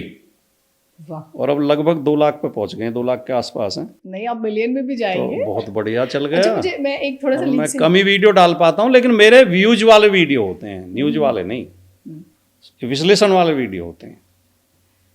अपने वेस्टर्न यूपी में भी रागनी गाई जाती है, हाँ, कोई अच्छी सी रागनी सुनाइए। मतलब मुझे ना, हम लोग है ना थोड़ा हरियाणवी बेल्ट में बड़े हैं। तो कोई ऐसी क्योंकि रागनी जो इस समय मैं के साहित्य पॉलिटिकल में रुचि रखने वाला आदमी हूँ। मैंने MA हिंदी साहित्य में ही किया है, और उसमें लोक साहित्य भी पढ़ाया जाता है। और मैं रागनी का बहुत बहुत प्रिय है मुझे रागनी, मैं रागनी का बड़ा समर्थक हूँ। कोई एक सुनाइए सर, मैंने बहुत मैं सुनी तो है। सुना तो आपको, अब पता नहीं पूरी सुना जितनी पाऊंगा आती कि है सर नहीं। उतनी। तो लेकिन एक रागनी हमारे यहाँ गाते थे, हमारे गांव में एक बहुत बड़े गायक, बहुत अच्छे गायक थे वो, उसके शब्द मुझे बड़े अच्छे लगे। अब एकदम आपने फरमाइश कर दी तो मैं सोच भी नहीं पा रहा कि कौन सी सुनाऊं। जैसे हमारे यहाँ एक कवि हुए पंडित लक्ष्मी चंद, हाँ सर, हरियाणा मैं में। जानती हूँ उनको। हाँ, तो वो हरियाणा के शेक्सपियर कहे जाते हैं। हाँ, उन्होंने ऐसी ऐसी रागनी, साहित्यिक रागनियाँ लिखी हैं। एक मेहर सिंह फौजी हुए, उन्होंने देशभक्ति की बहुत रागनियाँ लिखी हैं, बहुत अच्छी अच्छी रागनी लिखी हैं। तो उन्होंने जैसे एक रागनी लिखी कि एक फौजी जो है फौज में चला जाता है, तो उसकी पत्नी उसे चिट्ठी लिखती है, तो वो लिखती है उसमें कि कर, अब वो शब्द तो आप ठेठ समझने बोलिए। वाले समझे, जिस शब्द समझेंगे सर, नहीं वो बोली उस शब्दों में जा सकती, शब्द हाँ। बदले नहीं जाते। बोलिए प्लीज। कि करके घाल तड़पती छोड़ी जान क्यों ना काढ़ लेगा, ओ परदेसी साथ मेरे भी बांध क्यों ना हाड़ लेगा।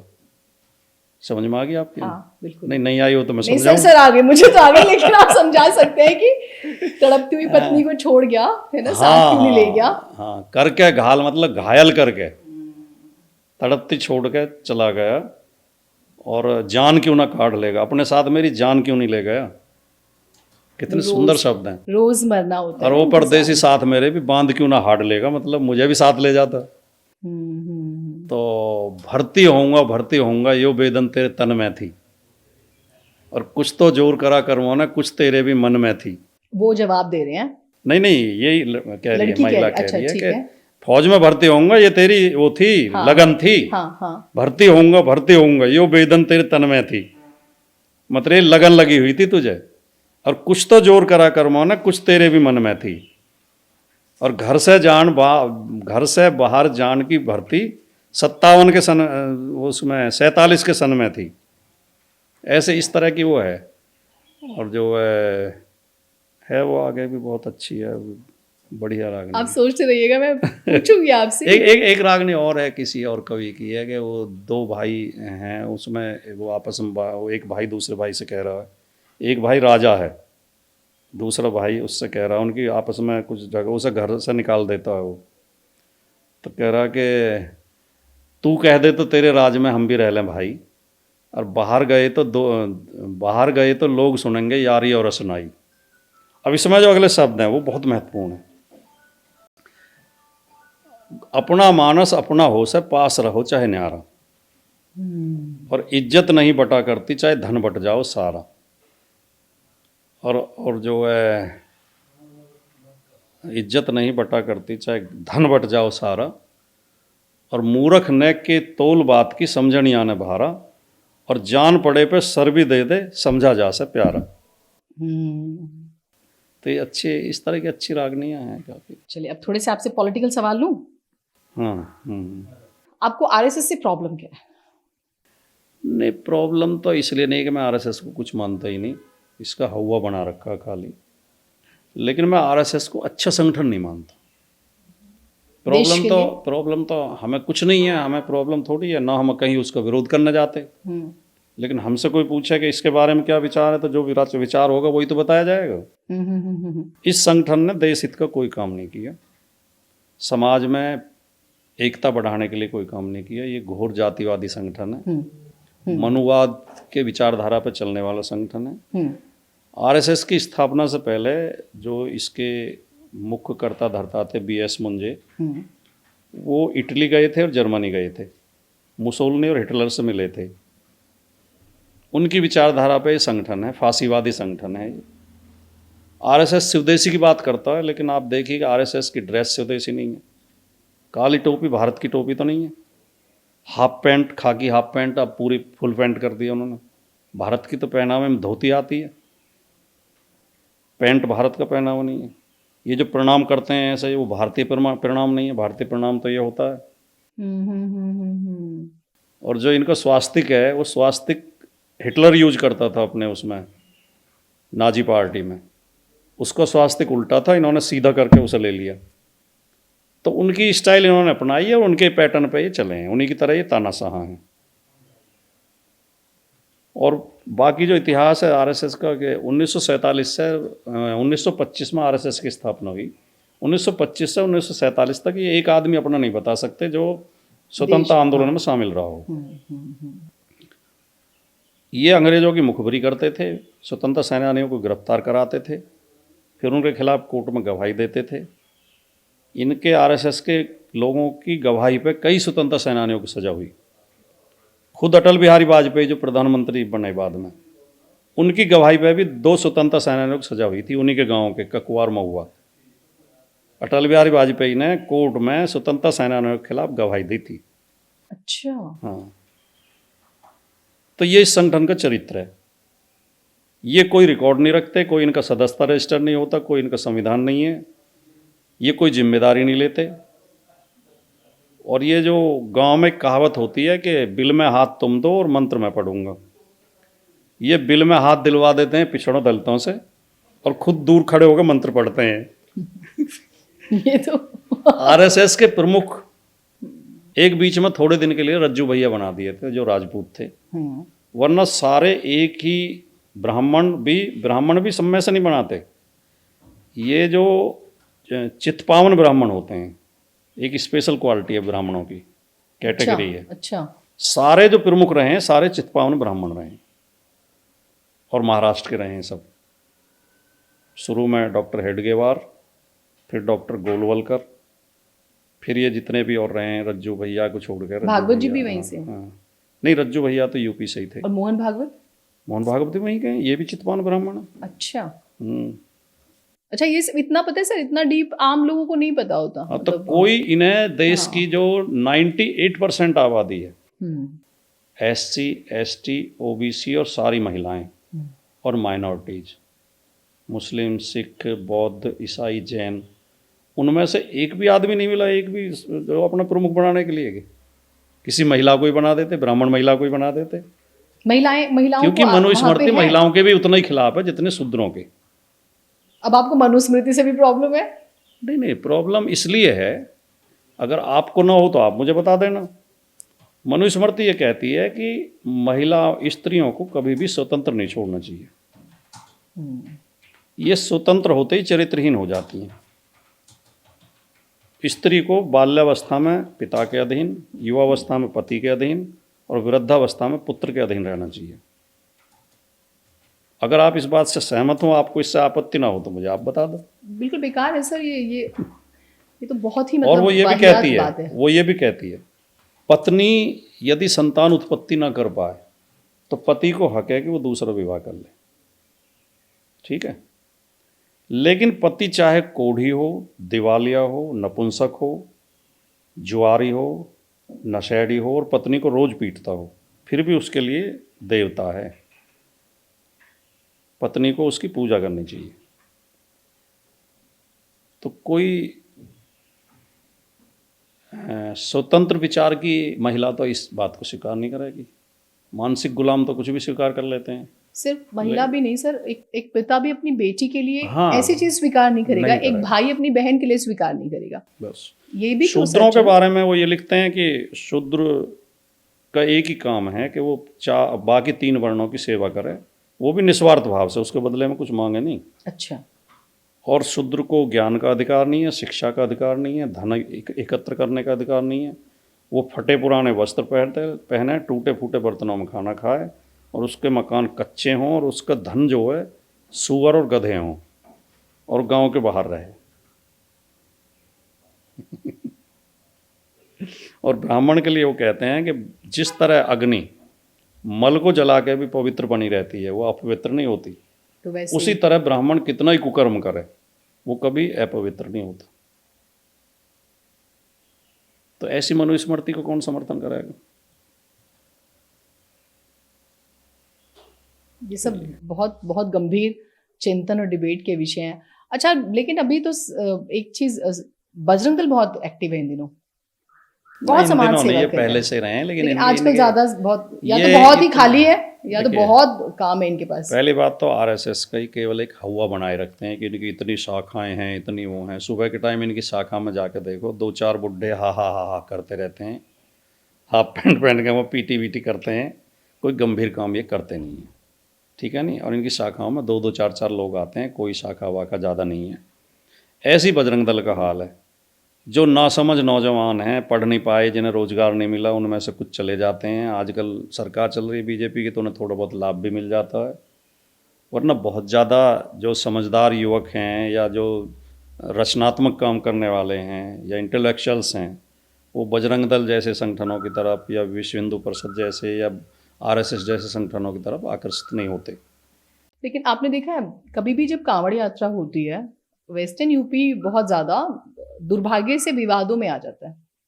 नहीं, कांवड़ यात्रा का आप जो किसी संगठन से जोड़ के ना देखें, जैसे लोग हज करने जाते हैं तो उसे कहने लगे कि भाई कोई वो समाजवादी पार्टी के समर्थक हैं या कांग्रेस के समर्थक हैं, ऐसा थोड़ी, वो अपनी धार्मिक आस्था की वजह से नहीं जाते सर, हैं। कांवड़ यात्रा ऐसी कांवड़ का भी जो कांवड़ में लोग जाते हैं वो उसमें खान पान को लेकर आपने देखा होगा, वो ये जानबूझ के पैदा कर वो रहे जो हैं। अब होता 2-3 है, साल से ये ज्यादा विवाद हो पैदा गया हो रहे है। हैं। फिर वो क्यूआर कोड वाला आया, नाम बताओ, दुकानों देखिए, पे रखो, मैंने- वो क्या उसकी जरूरत है?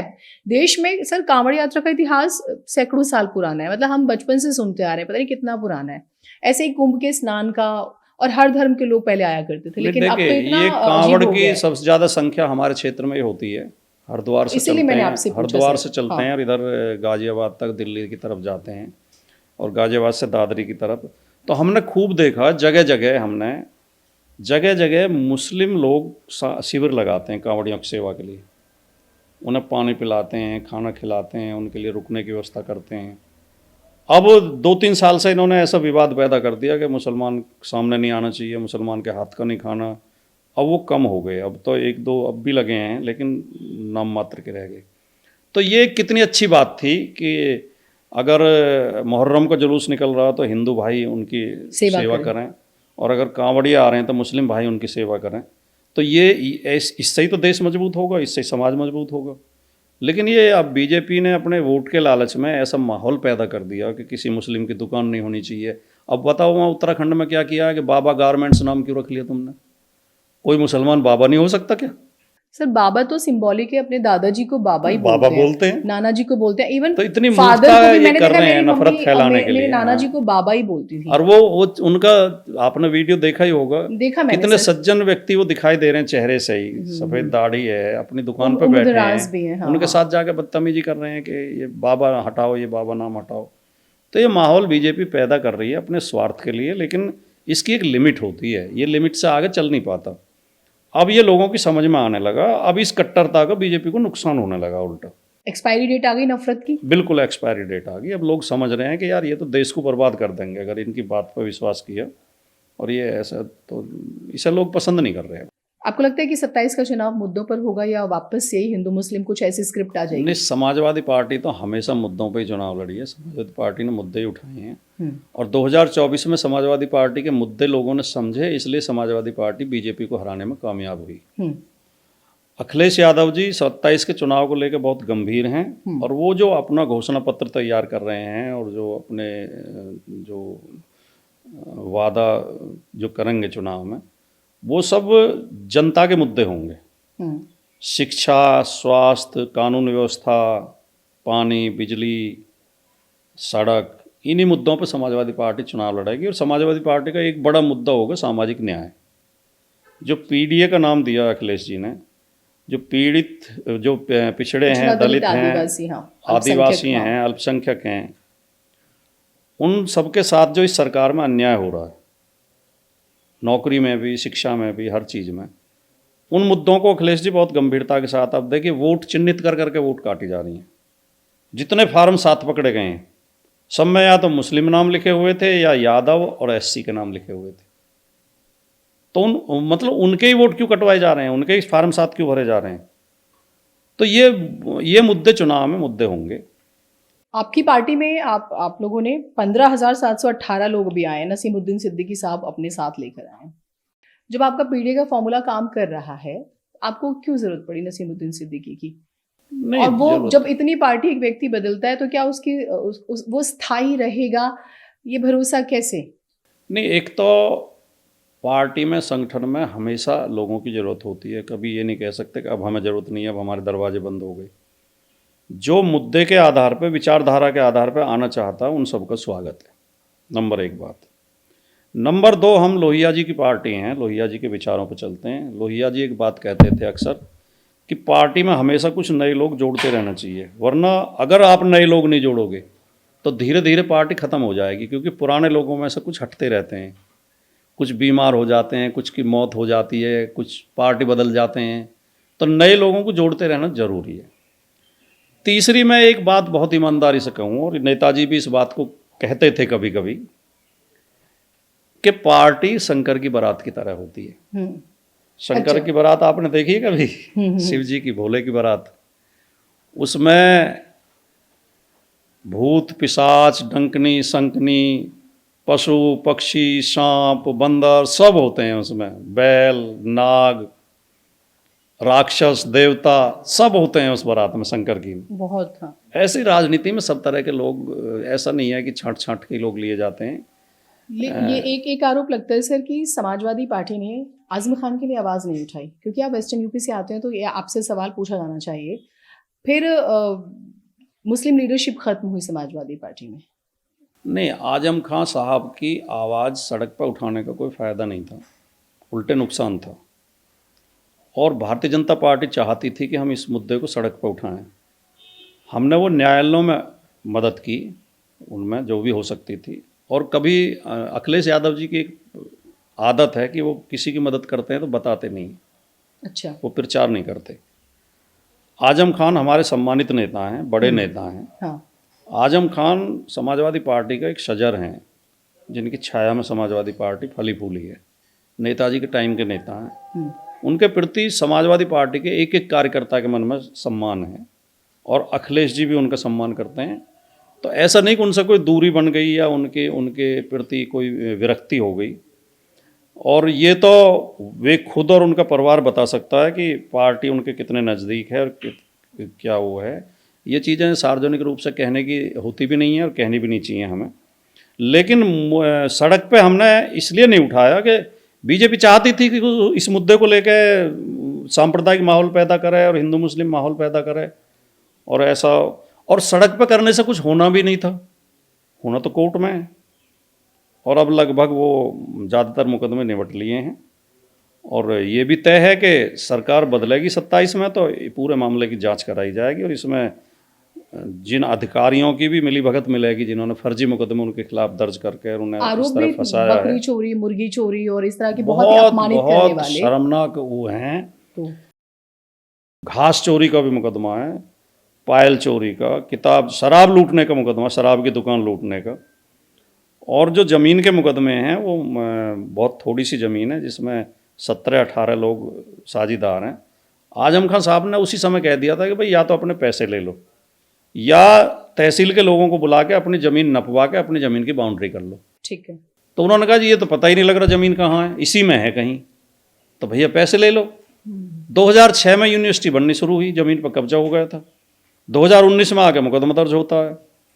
2019 में जब मुकदमा दर्ज होता है, जब आजम खान साहब चुन के संसद में पहुंच जाते हैं और वहाँ बीजेपी को घेरते हैं, तब तमाम मुकदमे दर्ज किए जाते हैं और 17 आदमी अलग अलग थानों में 1-1, 2-2 मिनट के अंतर से मुकदमा दर्ज कराते हैं और लैंग्वेज लगभग एक ही होती है सब, राजनीतिक बदले के लिए। तो इसमें लग नहीं रहा कि इसमें षड्यंत्र है।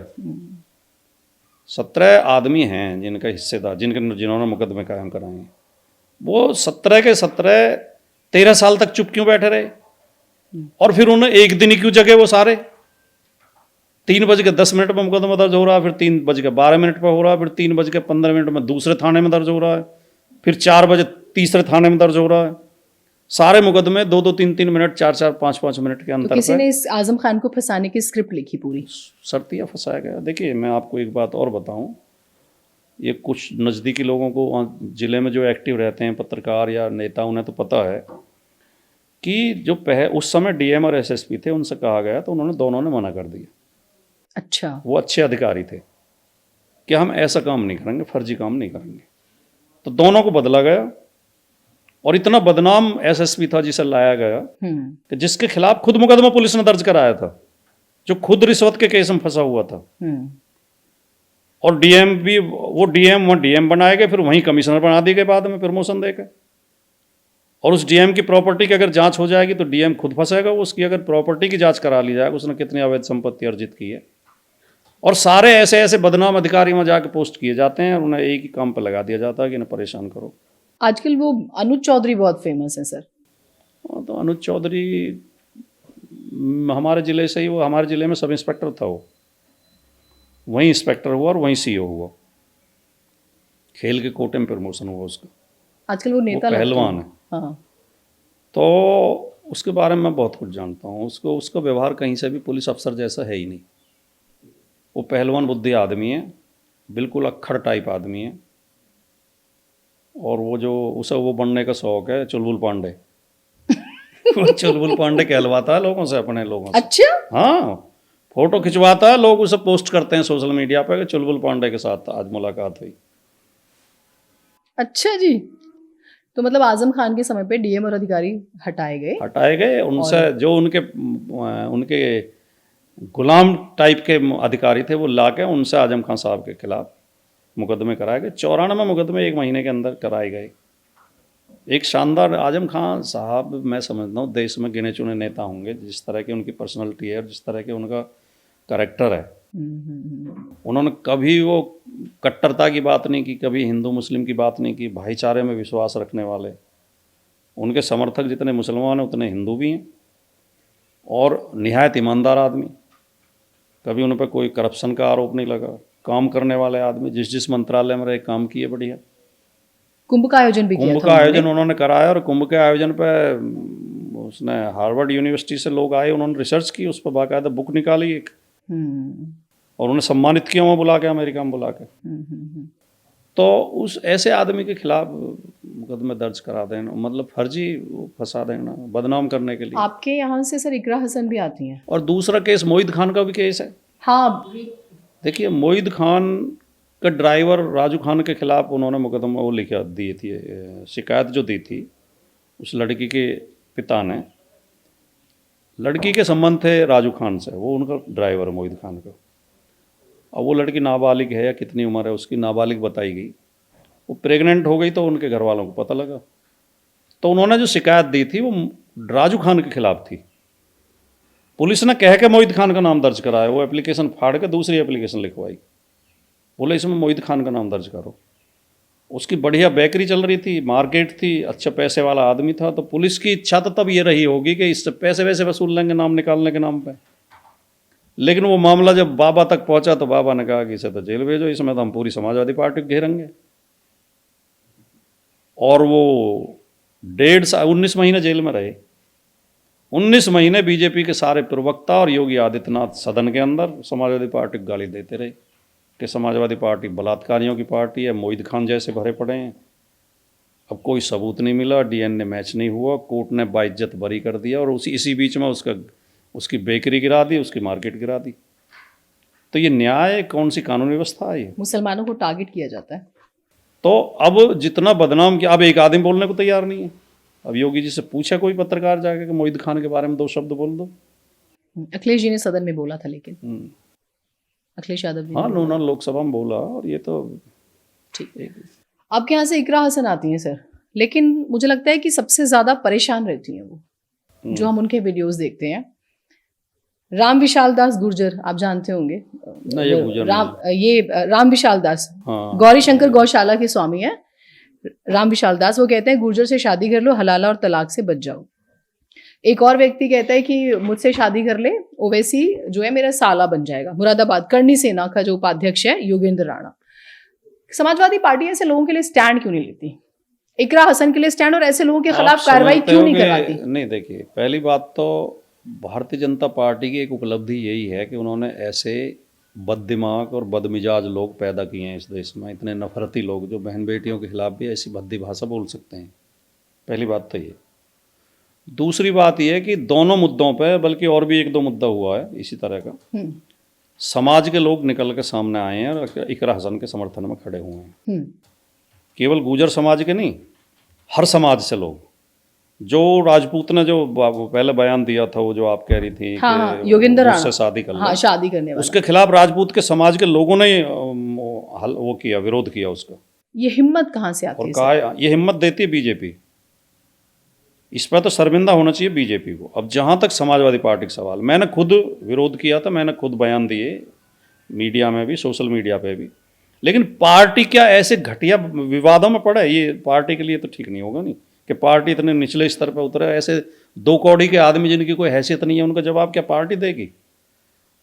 समाज के लोगों ने अपना आप जवाब दे दिया, और इनकी हिम्मत नहीं है कि इकरा हसन को के सामने भी आ सकें। इकरा हसन एक शानदार नेता है, पढ़ी लिखी और बहुत शालीन महिला है। ऑपरेशन सिंदूर हुआ था सर, पहले पहलगाम हुआ, फिर ऑपरेशन सिंदूर, और कल मैच हुआ था क्रिकेट। तब कहा गया कि धर्म देखकर मारा गया, फिर सीज फायर सब कुछ हुआ, फिर मैच हो गया। ये क्या चल रहा है देश में? क्योंकि उस समय एक धर्म विशेष टारगेट पे था, फिर जो कल मैच हो गया तो उस समय फिर कोई सवाल नहीं उठे।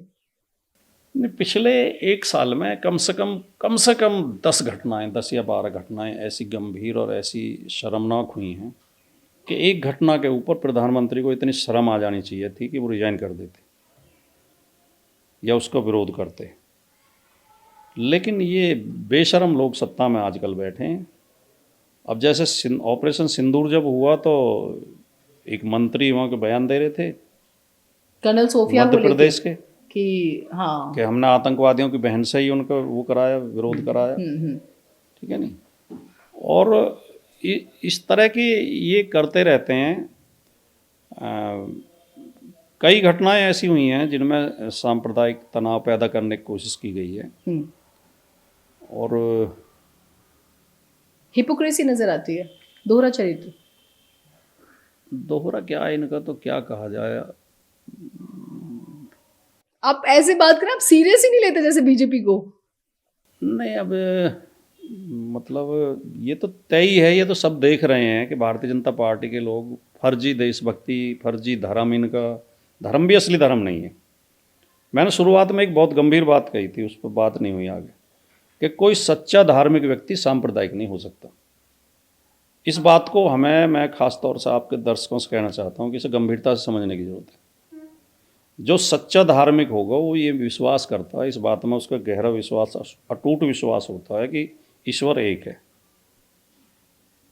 और हम सब उसकी संतान हैं। तो ये जो सनातनी बनते हैं, आप कह रहे हैं ये नकली सनातनी है? सनातन धर्म तो बहुत ही करुणामय है। मैं बड़ी ईमानदारी से कहता हूँ, नकली लोग दोनों तरफ, चारों तरफ हैं। ऐसा नहीं कि हिंदुओं में ही है। मुसलमानों में भी कुछ नकली हैं, हिंदुओं में भी कुछ नकली हैं, सिखों में भी कुछ नकली हैं जो धर्म के नाम पे हत्याएं कर रहे थे। अन्य धर्म में भी इन नकली लोगों से सावधान रहने की जरूरत है, नकली और फर्जी। जो सच्चा धार्मिक होगा, वो चाहे हिंदू हो या मुसलमान हो, वो कभी सांप्रदायिक नहीं हो सकता, वो नफरत नहीं कर सकता, क्योंकि पहुंचना वही है सबको। मैं रैपिड फायर खेल लेती हूँ आपके साथ, एक 5 मिनट बस, एक रैपिड फायर। तैयार हैं आप? हाँ। कौन बेहतर नेता है, राहुल गांधी या नरेंद्र मोदी? नरेंद्र मोदी को मैं नेता ही नहीं मानता। राहुल गांधी शानदार व्यक्ति है, सज्जन व्यक्ति है। पॉलिटिक्स सूट कर रही है उनको? हाँ, एक दिन राहुल गांधी का दिन आएगा, ऐसा नहीं है। बेहतर पीएम कौन हो सकता है? बहुत ध्यान से सुनिएगा, राहुल गांधी या अखिलेश यादव? दोनों बनेंगे एक बार और दोनों ही बेहतर साबित होंगे, वर्तमान से तो ज़्यादा अच्छे साबित होंगे। अखिलेश यादव जी के पास ज़्यादा अनुभव है, हो सकता है वे ज़्यादा बेहतर साबित हों। ठीक है, क्योंकि वो मुख्यमंत्री रह चुके हैं 5 साल। शासन चलाने का अनुभव है, ये कह रहे हैं आप, ठीक है, और बड़ा स्टेट चलाने का। योगी आदित्यनाथ की एक क्वालिटी जो आपको बहुत पसंद है, मतलब कि वाह? धुआंधार झूठ बोलना।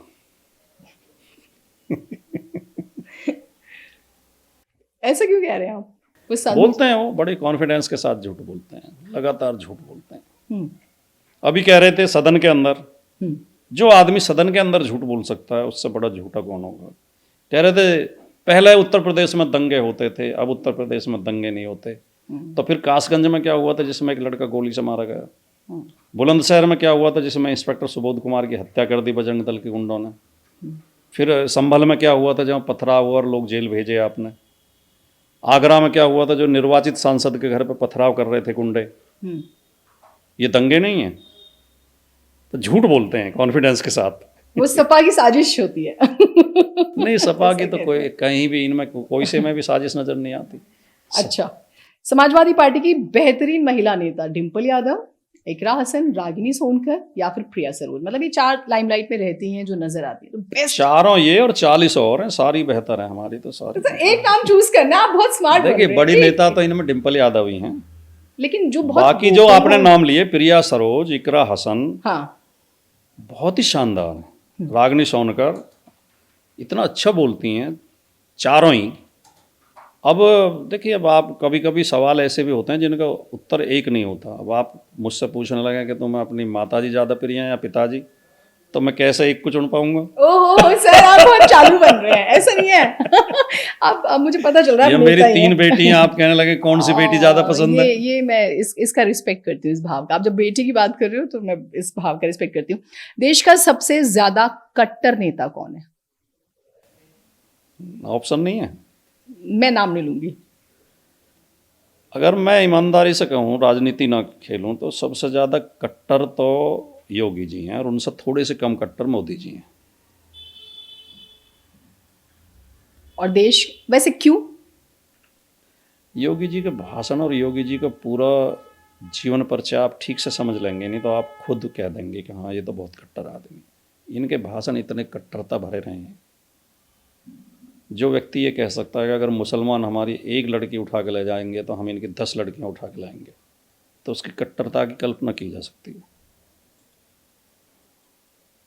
जो व्यक्ति ये कह सकता है सदन में, कल परसों में ही कहा है, एक इतने शानदार नेता जो नेता विरोधी दल है, माता प्रसाद जी, हाँ, सज्जन व्यक्ति, उनसे कह रहे हैं अपनी बुढ़िया को पहनाओ जेवर और घुमाओ लखनऊ में, ये कोई भाषा है? और जो ANI के कैमरामैन से क्या कहा था वो सबने सुना ही है, वो तो बोलने लायक भी बात नहीं है। सर, टंग ऑफ स्लीप भी तो होता है। वो टंग ऑफ स्लिप नहीं था, वो स्लिप ऑफ टंग नहीं था जो वो बोला था, वो तो गाली दी थी उन्होंने। वो स्लिप ऑफ टंग कैसे कह सकते हैं? स्लिप ऑफ टंग तो मैं उसे मान लेता हूँ जब इन्होंने ये कहा था कि 56 में से 86 एसडीएम यादव बने थे, तो वो स्लिप ऑफ टंग था, वो 86 में से 56 कहना चाह रहे थे। लेकिन वो जो एएनआई के कैमरामैन को कहा था वो तो वो ऐसा थोड़ी कोई मिलता जुलता शब्द कहना चाह रहे थे। जुबान फिसल जाती है सर, जुबान फिसल जाती है, नीयत फिसल जाती है, चरित्र फिसल जाता है, सोच फिसल जाती है। जुबान का नंबर तो बहुत बाद में आता है। अगर ये तीनों चीज हमारे कंट्रोल में रहे, हमारी नीयत, हमारी सोच और हमारा चरित्र, तो हमारी जुबान कभी नहीं फिसलेगी। कोई ऐसा नेता जो बहुत दूरदर्शी सोच रखता हो, जिसकी लीडरशिप की देश को वाकई में जरूरत है, हमारी जनरेशन को वर्तमान समय में हाँ, वर्तमान समय अखिलेश यादव जी बहुत दूरदर्शी नेता हैं, बहुत विजनरी नेता हैं। काम करने की इतनी ललक है अखिलेश यादव के अंदर। कहीं विदेश की कोई अच्छी खबर उन्हें मिल गई, कहीं उस पर टीवी पे देख लिया या गए कहीं घूमने और वहाँ देख आए और उन्हें लगा कि अच्छी बात है, तो उनकी ये धुन रहती है कि इसे मैं अपने यहाँ भी बनाऊँ। जैसे 100 डायल शुरू की थी उन्होंने, हाँ, उन्होंने यूरोप में देखा कि पुलिस 10 मिनट में आती है, तो उन्होंने लागू कर दिया था, 10 मिनट में आने लगी थी पुलिस। नई गाड़ियाँ थी पुलिस को। वो तो अब आप देखिए उनका पुलिस हेडक्वार्टर देखिए, हाँ, ये है। लोक भवन देखिए जिसमें आजकल योगी जी बैठते हैं, अखिलेश यादव जी ने बनाया। और उसके नामकरण में भी कई घंटे विचार किया, मैं उसका प्रत्यक्षदर्शी हूँ। अच्छा। इसका नाम क्या रखें, कई नाम आए, सोच के फिर लास्ट में लोक भवन रखते हैं। लोक मतलब जनता, हाँ, और जनता का जनता का घर, जनता का भवन, जनता का भवन, ठीक। तो वो जब ये आगरा लखनऊ एक्सप्रेसवे बना, ये देश का पहला एक्सप्रेसवे था जो इतना शानदार है, और आज भी उससे बढ़िया एक्सप्रेसवे दूसरा नहीं है, और तय समय पे पूरा हुआ था। तो वो एक डायलॉग अक्सर बोलते थे जब उस समय, आपने कभी ध्यान दिया हो, कि America maids roads, roads made America, America made roads, roads made America. America ने सड़कें बनाई, सड़कों ने अमेरिका को बनाया। तो मतलब यूपी भी, तो फिर वो कहते थे कि जहाँ सड़कें अच्छी होती हैं वहीं विकास बेहतर होता है, इन्वेस्टमेंट्स आते हैं, इन्वेस्टर्स आते हैं। ये आगरा लखनऊ एक्सप्रेसवे, आगरा से लखनऊ तक 303 किलोमीटर का एक्सप्रेसवे है। इसकी लागत आई 12,000 करोड़ रुपए, लगभग 40 करोड़ पर किलोमीटर। योगी जी ने 17-18 में ये वो शुरू किया, link, Gorakhpur link expressway, 91 kilometre का एक्सप्रेसवे है। उसकी लागत आई 7200 करोड़, 7,200 करोड़, यानी लगभग 80 करोड़ पर किलोमीटर। 80। और वो उनका जो लिंक एक्सप्रेसवे है, 3 महीने बाद उसकी एक लाइन बंद करनी पड़ी, वो धंस गई जगह जगह। तो दुगनी कीमत में बनाया और क्वालिटी खराब। अखिलेश यादव जी की सड़क में आज भी कोई शिकायत नहीं है। तो विजनरी नेता हैं, काम करने वाले। उन्होंने जब मुख्यमंत्री बने थे तो ये एक योजना चलाई थी कि सारे जिला मुख्यालयों को 4 लेन सड़कों से जोड़ेंगे। 50 मुख्यालय जोड़ दिए थे, 25 बच गए। वो योगी जी अब तक नहीं जोड़ पाए 9 साल में। आप काम नहीं करने देते, आप लोगों ने, विपक्ष जो है ना, सदन नहीं चलने देता, काम नहीं करने देता, हल्ला मचाता है। सदन में तो चर्चा होती है, सदन में काम थोड़ी होता है। काम तो मुख्यमंत्री उसमें कार्यालय में बैठ के होता है। हम तो मुख्यमंत्री कार्यालय में तो जाते नहीं ना रोकने के लिए, इनकी कलम पकड़ते हैं। नहीं, मैं आपका एक इंटरव्यू देख रही थी, आप तंग करते हैं, आप ना एप्स्टीन फाइल के पीछे पड़े हुए हैं, आप चाहते हैं उस पर बहस हो। ना, एप्स्टीन की तो हमने कोई ज़्यादा चर्चा नहीं की। अब एप्स्टीन तो इतनी गंदगी है वो, उसमें तो पत्थर मारेंगे तो कीचड़ ही उछलेगा। लेकिन एप्स्टीन में भी हमारे कुछ लोगों के नाम आ रहे हैं, पूरे देश के लिए शर्म की बात। शर्म की बात है, ये तो है। वो एक बात। भाटी साहब की फेवरेट न्यूज एंकर कौन है, महिला? अब इतने डिबेट्स में जाते हैं। नहीं, एक तो गर्मा सिंह बहुत अच्छी एंकर। अच्छा। न्यूज़ 24 में। और दूसरी एंकर ऐसी हैं जिनसे मेरी बहुत तूमें होती है, बहस होती है और नाराजगी वो होती है, क्या बोलते हैं उसे, तू तड़ाक। लेकिन मैं उन्हें बहुत पसंद करता हूँ, नाविका कुमार। अच्छा, वो पर्सनल टर्म पे फ्रेंडशिप? नहीं, मैं उनके बोलने के अंदाज से, उनकी प्रस्तुति से, और वो जितना मेहनत करती हैं। देखिए, एक डिबेट हिंदी में करेंगी, थोड़ी देर बाद एक डिबेट अंग्रेजी में करेंगी, टाइम्स नाउ पे, नवभारत पे भी करती हैं, टाइम्स नाउ पे भी करती हैं। ये भी क्वालिटी तो उनकी मेहनत, उस समय प्रभावित हूँ। और ये आज मैं आपने पूछ लिया, पहली बार बोल रहा हूँ। ये उन्हें भी, नाविका को भी अंदाजा नहीं होगा कि मैं उनका प्रशंसक हूँ। ये बहुत वायरल। मैं तो उनके शो में जब जाता हूँ नहीं, तो जाते ही उनका पहला डायलॉग ये होता है, अब भाटी जी आ गए हैं, अब मेरी खिंचाई करेंगे। मेरे अंदर कभी मुझे पत्रकारिता सिखाएंगे तो वो, लेकिन मैं उनकी जो प्रस्तुति है उससे बहुत प्रभावित, मैं पसंद करता हूँ उसे। और अच्छी बात किसी विरोधी में भी हो सर वो होनी चाहिए तो वो स्वीकार करनी चाहिए, इतना ऐसा तो नहीं है हमारा कि दिल भाई बड़ा होना हम चाहिए। बिल्कुल नकार दें। और मेल एंकर आपका कोई फेवरेट बहुत? संदीप चौधरी हैं, संदीप चौधरी अच्छे एंकर हैं। अब जो और अच्छे अच्छे 3-4 एंकर थे वो तो निकाल दिए गए, जिसमें पुण्य प्रसून वाजपेयी थे, रवीश कुमार थे, अजीत अंजुम थे, अबसार शर्मा थे, ये सब। अच्छा, महिला एंकर आपने पूछी, हाँ मैं उनका नाम भूल गया, जो है वो बहुत बढ़िया हैं, क्या नाम है इनका? आरफा खानम, आरफा खानम शेरवानी, आरफा खानम शेरवानी बहुत अच्छी है। उनकी सिस्टर है बुशरा, हाँ, वो जी न्यूज में होती थी, तो बुशरा के साथ मेरी बहुत डिबेट हुई। हाँ। तो आरफा खानम भी बहुत अच्छी, बहुत गंभीरता से, उनकी भाषा पे बड़ी अच्छी पकड़ है, बढ़िया करती हैं। जल्दी से फेवरेट मूवी बता दीजिए। भाटी साहब मूवी देखते हैं? मूवी अब तो नहीं, देखने का टाइम नहीं मिलता। बाकी एक समय तो हमें ऐसा जुनून था जब हम इंटर में पढ़ रहे थे कि हर मूवी पहले शो में देखते थे। हाँ, ये होना चाहिए। जब ये आई थी उस समय, ये जो है सुहाग अमिताभ बच्चन की और इस तरह की मूवी आई, उस समय हम बहुत देखते थे। और एक पता नहीं, अब नाम भी याद नहीं आ रहे, लेकिन मूवी मुझे पीके बहुत बढ़िया लगी। पीके मूवी सबसे बेस्ट? सबसे बेस्ट तो नहीं कह सकते, लगान भी अच्छी थी, और जी ये जो है एक वो आई थी OMG, वो भी बढ़िया थी।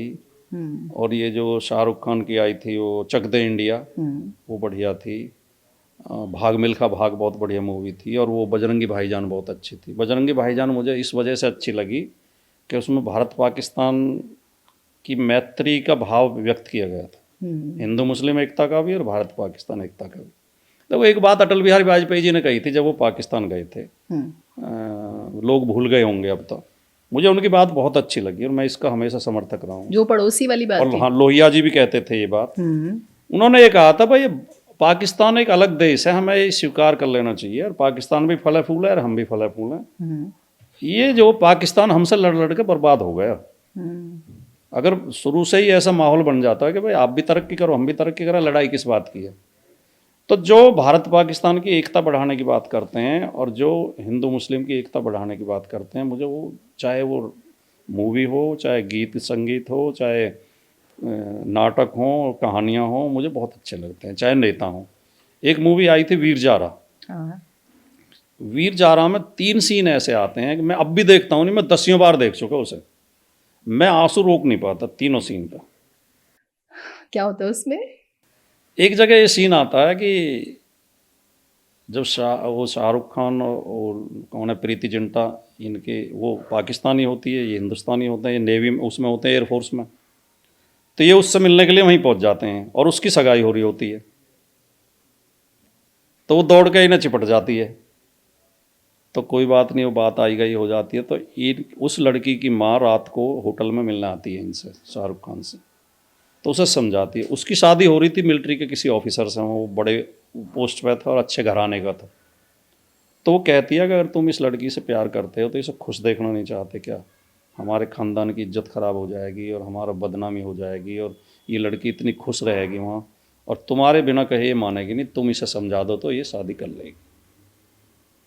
तो शाहरुख खान कहता है कि मैं समझा दूंगा। तो वो फिर एक डायलॉग बोलती है कि क्या तुम्हारे हिंदुस्तान में सारे बेटे ऐसे ही होते हैं? तो शाहरुख खान का जवाब है कि ये तो पता नहीं, पर माँ सारी ऐसी होती हैं। मेरी आँख अब भी गीली हो गई। उसमें भाव है, भावना है, उस भावना को महसूस करने की जरूरत है।